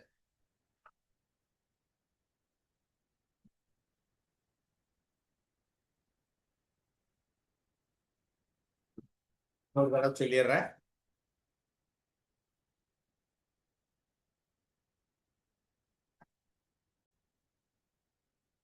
A particle of mass m falls from rest through a resistive medium having a resistive force, just like a viscous force. V is the velocity of the particle, k is a constant. Which of the following graph represent that? As the time increases, velocity steady increase ஆயிருக்காது, அதனால இது தப்பு. ஏன்னா resistive force முதல்ல velocity gravitational forceல velocity increase ஆகும், the viscous force also will increase. அப்போ இதுவும் velocity decrease ஆகாது, increase ஆயிருக்கணும். இங்க பாரு, முதல்ல as the time increases velocity increase ஆகுது, ஒரு ஸ்டேஜ்ல downward force will be equal to upward force. Thereafter the body will move with a constant velocity. This is the answer for this question. இது என்னன்னா முதல்ல velocity increase ஆயிட்டே இருக்கு, அது ஒரு கான்ஸ்டன்ட் ஃபோர்ஸ் ஆக்ட் பண்றப்போ velocity of the body, velocity கூட கூட viscous force also, the opposing force also will increase. ஒரு பர்டிகுலர் ஸ்டேஜில் ஒரு பர்டிகுலர் வெலாசிட்டியில டவுன்வர்ட் ஃபோர்ஸும் viscous force, the opposing force equal ஆகும். Thereafter the body will move with a constant velocity, that is called terminal velocity. The displacement of the particle executing SHM with a time period t is expressed as, அப்போ displacement is expressed as a sin omega t is the representation of displacement, t is the time period, and where a is the amplitude. The maximum value of potential energy of the particle of oscillator is found to be the maximum value of potential energy of the oscillator, and time is the value of beta is the maximum value of potential energy. Okay, when time in the time line. Okay, இந்த sin omega t வந்துருச்சுனாலே நமக்கு தெரியும் particle starts from mean position. The concept தெரிஞ்சுக்கணும். sin theta, sin omega t வந்தாலே it starts from mean position. அப்போ total time t ஒரு தடவை oscillate ஆகிறதுக்கு maximum potential energy will be there in t by 4 or 3t by 4. இந்த ரெண்டுல ஒன்னா தான் இருந்திருக்கணும். ஓகே, அப்போ time will be t by 4 the time. அப்போ என்ன கேட்டிருக்கு? the maximum value of potential energy. Oscillationல maximum value is of m omega squared a squared, amplitude a squared. இதான் maximum potential energyக்கான ஃபார்முலா. அப்போ the value of beta, அப்போ okay, the maximum value of potential energy of this oscillator found to be, நோக்க சொல்றேன், a is amplitude, the maximum value of potential energy, அதான் extreme position t by 4. அவ்வளவுதான், t இருக்க இடத்துல t by 4 போட்டுறா. t by 4 equal to t by 2 beta. இதான் maximum potential energy when t equal to 4. உனக்கே தெரியும் மீன் பொசிஷன்ல total energy will be kinetic energy. Extreme positionல total energy will be potential energy. அப்போ இதான் formula. 2 beta, tt cancel ஆயிடுச்சு. Beta வெளியேடு. Beta will be equal to 4 by 2, which is 2. Answer is 2 is the correct answer.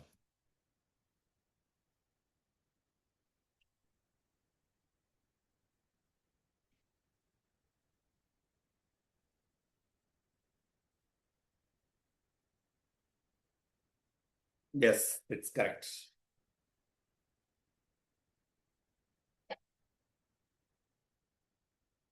The ratio of de Broglie wavelength of neutron with kinetic energy to that of alpha particle with a kinetic energy 2 is n is to 1. அப்போ de Broglie wavelength of neutron by de Broglie wavelength of alpha particle calculate பண்ணு. அதோடைய ratio என்னவா இருக்குமா? n is to 1. இவ்வளவுதான் matter. de Broglie wavelength of neutron formula energy கொடுத்ததுனால h by root of 2m e. இது de Broglie wavelength of neutron. At the de Broglie wavelength of alpha particle is h by root of 2m alpha particle into energy is 2e. கிளியரா இருக்கியா பாரு. இப்போ mass of neutron mass of alpha பார்ட்டிகிளை நம்ம relate பண்ணி இந்த ஸ்டெப்பை கொண்டு வரணும். நியூட்ரான்றது H21, ஆல்பா பார்ட்டிகிள்ன்றது ஹீலியம் 42. அப்போ மாஸ் வந்து இது 2 எடுத்தா இது 4. அவ்வளவுதான் வித்தியாசம். போட்டுருவோமா? அப்ப h by root of 2 into நியூட்ரானுடைய mass 2 வச்சுக்கலாம் into e. அப்ப formula will become lambda by root 4e. அடுத்தது இதே alpha particle h by root of 2 into mass of alpha particle is 4 into 2e. சரிதானா? அப்ப it will become h by root of, so 2 into 4 6 8 into 2 16e. Let it be equation number 1. Let it be equation number 2. இப்போ இதுல எடுத்து substitute பண்ணு. கரெக்டானா? 2 into 4 into 2e. அப்போ இது வந்து h by root of 4e divided by h by root of 16e. இப்போ lambda cancel ஆயிடுச்சு. அப்போ this will be e cancel ஆயிரும். 16e by 4e. e cancel ஆச்சுன்னா 4 is to 1, which is nothing but n by 1 equal to 2 is to 1. அப்ப n is nothing but 2. So the answer is 2.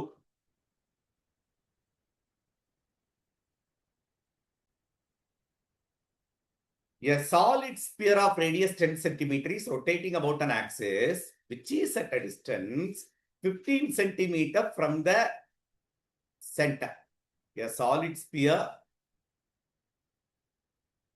radius, the sphere உடைய radius கொடுத்தாச்சு 10 centimeter, radius is 10 centimeter, is rotating about an axis which is at a distance 15 centimeter from the center. The radius of gyration about this axis is n centimeter, the value of n. Okay. என்ன சொல்றான்னு புரியுதா? The solid sphere ஒரு 15 centimetre தள்ளி அது rotate ஆயிட்டு இருக்கு. புரியுதான்னு பாரு. A solid sphere of radius 10 centimeter, radius 10 centimeter, rotating about an axis which is 15 centimeter from the center, from its center. இந்த ஆக்சிஸ்ல 15 சென்டிமீட்டர் தள்ளி அப்படி சுத்தி வந்துட்டு இருக்கு. சரிதானா? இதோடைய ரேடியஸ் ஆஃப் கைரேஷன் வந்து √10 centimetre. Find the value of n. முத மொமெண்ட் ஆஃப் இனர்ஷியா கண்டுபிடி. அபவுட் ஓன் வச்சுக்கலாமா? which is equal to moment of inertia about g, about the center of gravity, plus mass in square of distance. Okay. What is the moment of inertia of the sphere? solid sphere கொடுத்ததுனால I think 2/5 mr squared is the moment of inertia of the solid sphere. 2/5 mr squared is the moment of inertia of the solid sphere. அப்போ moment of inertia of the solid sphere plus formula உனக்கு தெரியும், mass into square of distance தான் அதோடைய rule. So 2/5 mr squared plus mass of the sphere into square of distance வந்து அதை capital ஆர்னு வச்சுக்கலாமா? Capital R square. Solid sphere 2/5 mr squared correct தானா? 2/5 mass of the solid sphere is not mentioned. அது எம்னே வச்சுக்க. அப்போ 2/5 இதுல வேணா எம் காமன் எடுத்து 2/5 into r 10 squared இத 100 பிளஸ் சென்டிமீட்டர்லாம் கேட்டதான் நான் சென்டிமீட்டரே வச்சுக்கிட்டேன். அதை எம்ம காமன் எடுத்துட்டோம். R 15 square. What is 15 square? 225. அப்போ இதான் moment of inertia m into 200/5. So இது 5ஆல கேன்சல் பண்ணா 20, இது 40 பிளஸ் 225. இது moment of inertia about the axis, which is equal to mk square. Okay, அப்போ இத mm cancel ஆயிடுச்சு. அப்ப k squared is equal to 465. கரெக்டானா? 225 plus 40 465. அப்போ k is equal to root of 465. Hey, 265, sorry, 265. K is nothing but k squared is 265. K will be equal to root of 265, which is equal to root n. Appa n will be equal to 265 centimeter is the answer. The value of n is 265. The answer. So 265 is the answer.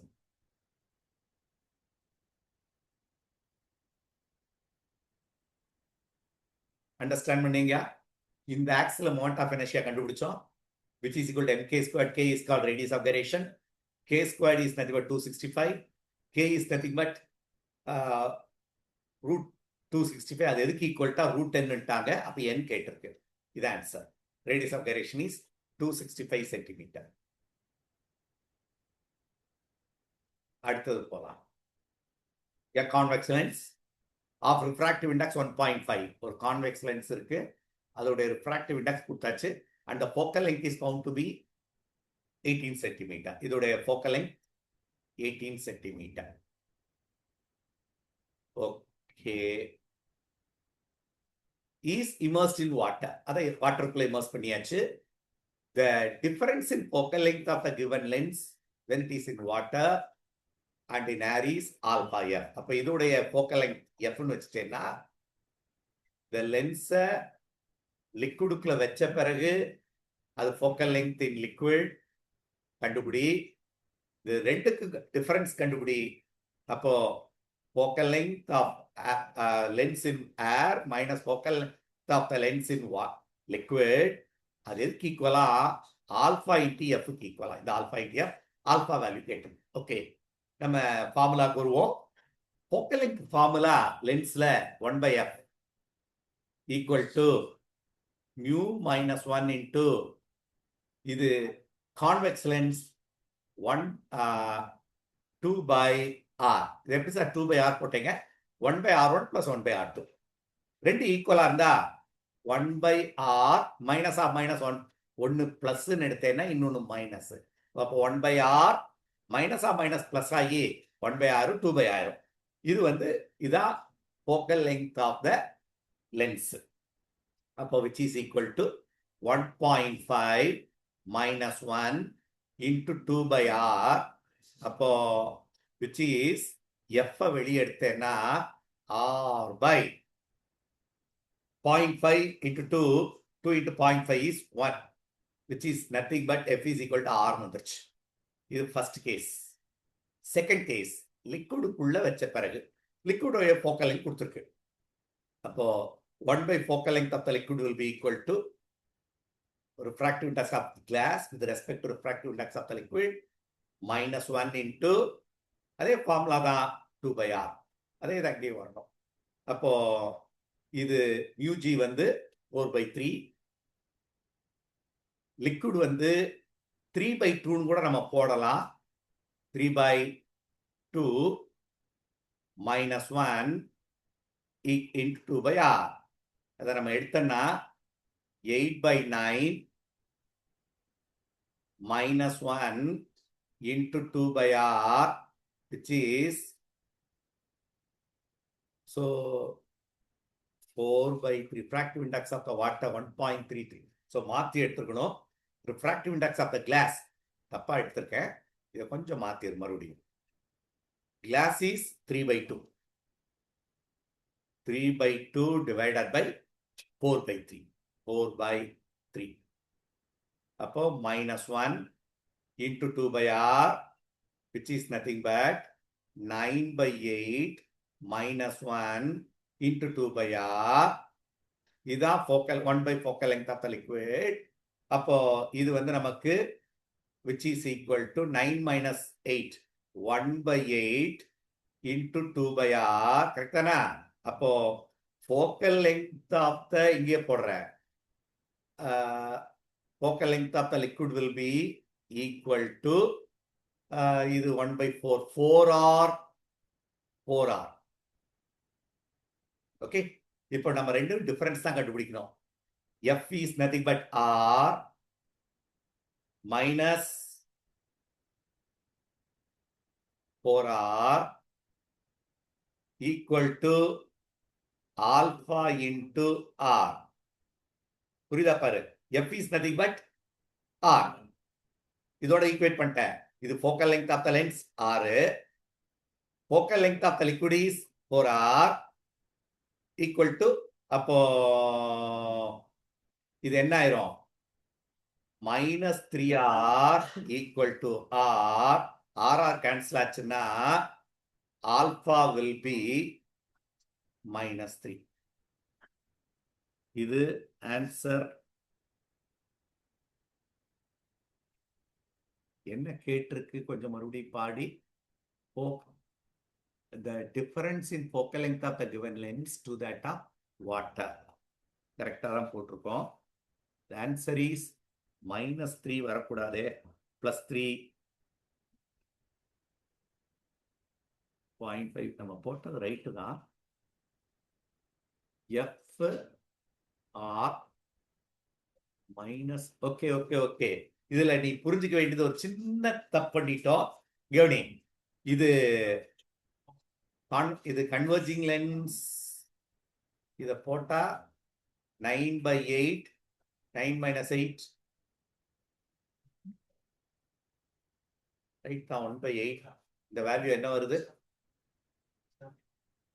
1 by 8R வருதா? 1 by 8R. அதை 2R cancel பண்ணிட்டா 1 by 4R correct தான். 4R.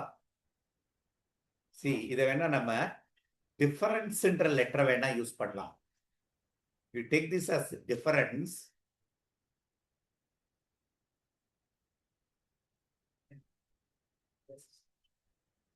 Difference எடுத்துக்கப்போ confusion clear ஆயிரும். Answer is alpha is difference எடுத்துட்டேன்னா it become 3. Alpha equal to 3 is the answer.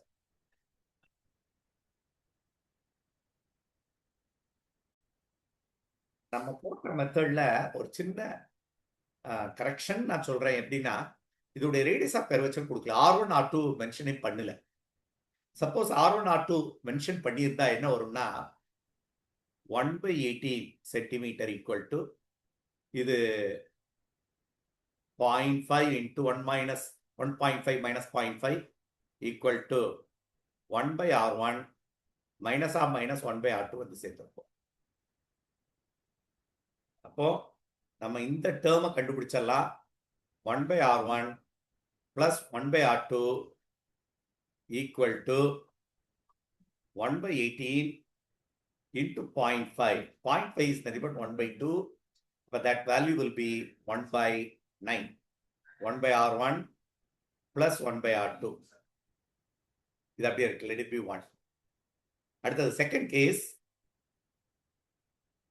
Case உடைய liquid length 1 by focal length of the liquid is equal to refractive index of the lens by refractive index of liquid minus 1 into அதேதான் 1 by R1 minus or minus plus 1 by R2 ஆயிரும். இப்போ நம்ம இதை substitute பண்ணோம்னா இந்த term 1.5 அது ஆக்சுவலா 3 by 2 divided by 4 by 3 minus 1 into இது 1 by 9 நமக்கு தெரியும். 1 by R1 plus 1 by R2. அப்போ this value will be 9 by 8 minus 1 into 1 by 9. அப்போ இந்த term 9 minus 8, 1 by 8 into 1 by 9, அப்போ which is equal to 1 by FL, focal length of the liquid, which is nothing but 8 9s are எவ்வளவு 70, 8 9s are 9 8s are 72. 1 by 72. The focal length of the liquid கண்டுபிடிச்சிட்டோம், which is 72 centimeter. உனக்கு இப்ப மறுபடியும் அந்த ஃபார்முலாக்கு வா. It is given the difference in focal length of the given lens is அப்போ focal length of the liquid lens minus focal length of the lens equal to என்ன கொடுத்திருக்காங்க, which is equal to alpha f. Alpha into f. எப்படின்றது focal length of the வெறும் lens. அப்ப 72 minus 18 என்னடாது 18 equal to alpha into 18. சரிதானே? அப்ப 72 minus 18 எவ்வளவு? So 60, 62 ஒரு 8 போயிடுச்சுன்னா 62 என்ன ஒரு சப்ஸ்ட்ராக்ட் பண்ணு. So 72 minus 18, 54 by 18. 18, nothing but alpha will be 3. Anyway, answer is 3. ரெண்டு மெத்தட்லையும் போடலாம். ஐ திங்க் ஃபர்ஸ்ட் மெத்தட்ல நம்ம என்ன பண்ணிட்டோம்னா ஒரு சின்ன அது மிஸ்டேக் நான் சொல்ல மாட்டேன். Nothing is mention about R1 and R2. நம்ம ஈக்குவல் எடுத்து செஞ்சோம். By convex lens equal radius of கர்வச்சர்ன்ற லெட்டர் கொடுக்காதனால இந்த செகண்ட் மெத்தட் போடலாம். ஃபர்ஸ்ட் மெத்தடும் கரெக்ட் தான், செகண்ட் மெத்தடும் கரெக்ட் தான்.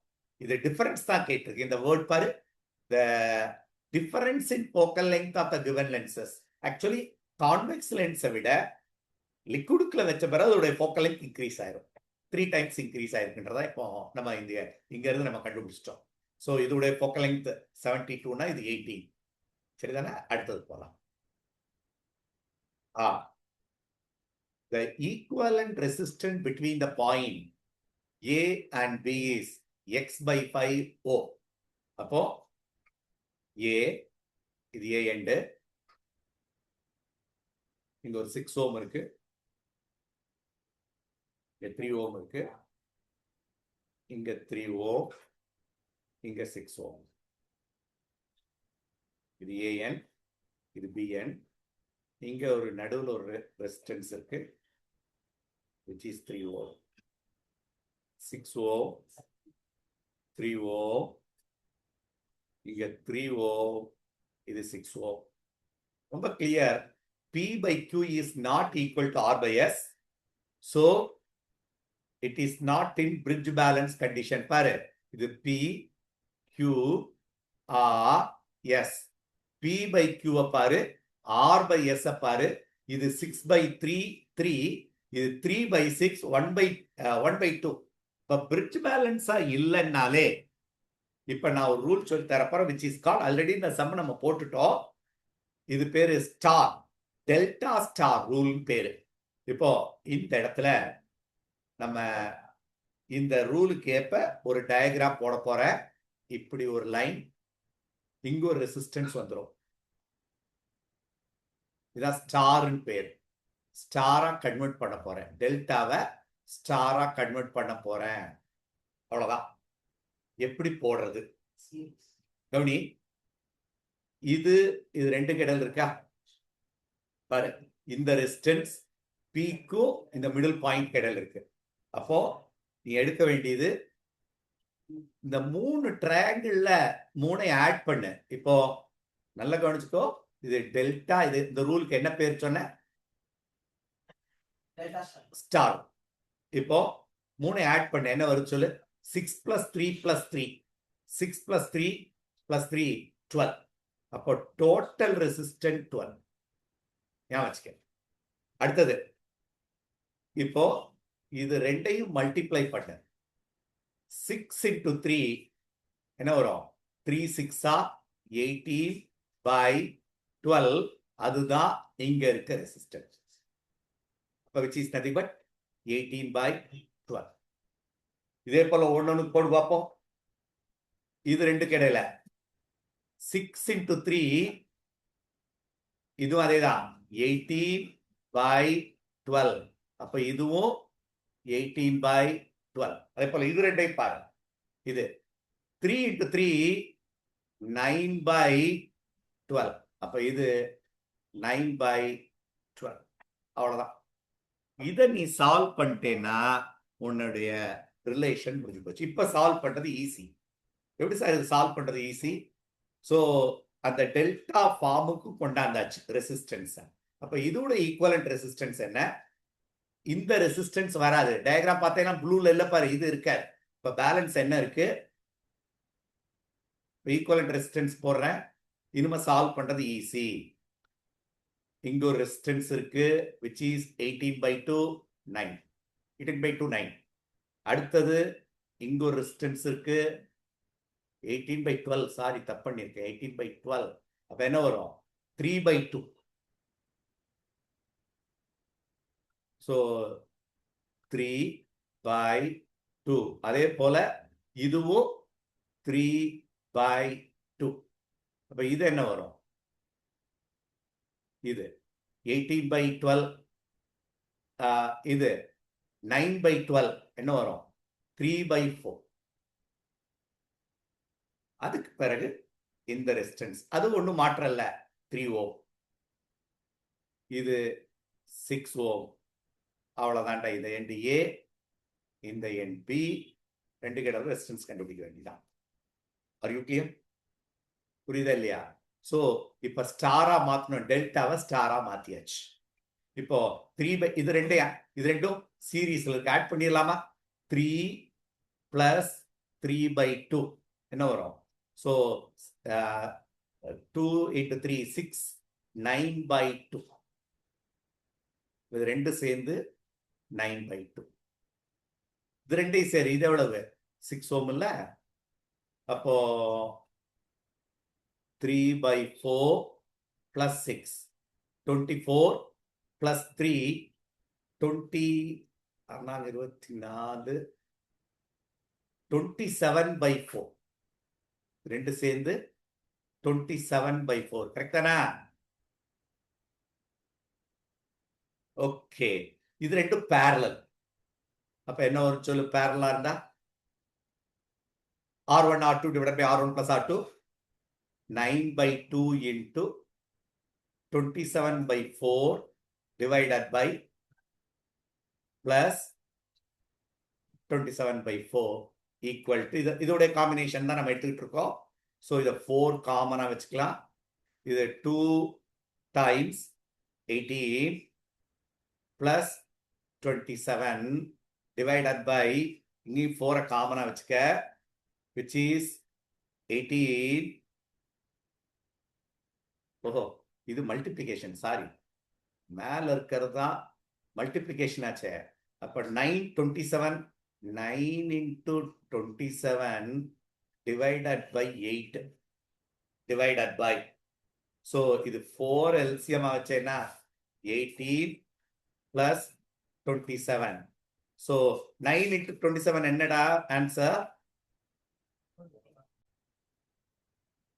பாருங்க, இந்த ஸ்டெப் நம்ம போட்டோம். இதை கால்குலேட் பண்ணா 243 into 8 into 243 by 90 plus 3 by 2. எது 3 by 2 னா இந்த resistance 3 by 2. 243 plus 90 plus 3 by 2 போடு. இதை கால்குலேட் பண்ணா உனக்கு answer 756 by 180, which is nothing but 4.2 ohm is the correct answer. 4.2 ohm is the correct answer. It should be equal to x by. அப்போ 4.2 equal to x by 5. அப்போ x will be equal to 5 into 4.2. அப்போ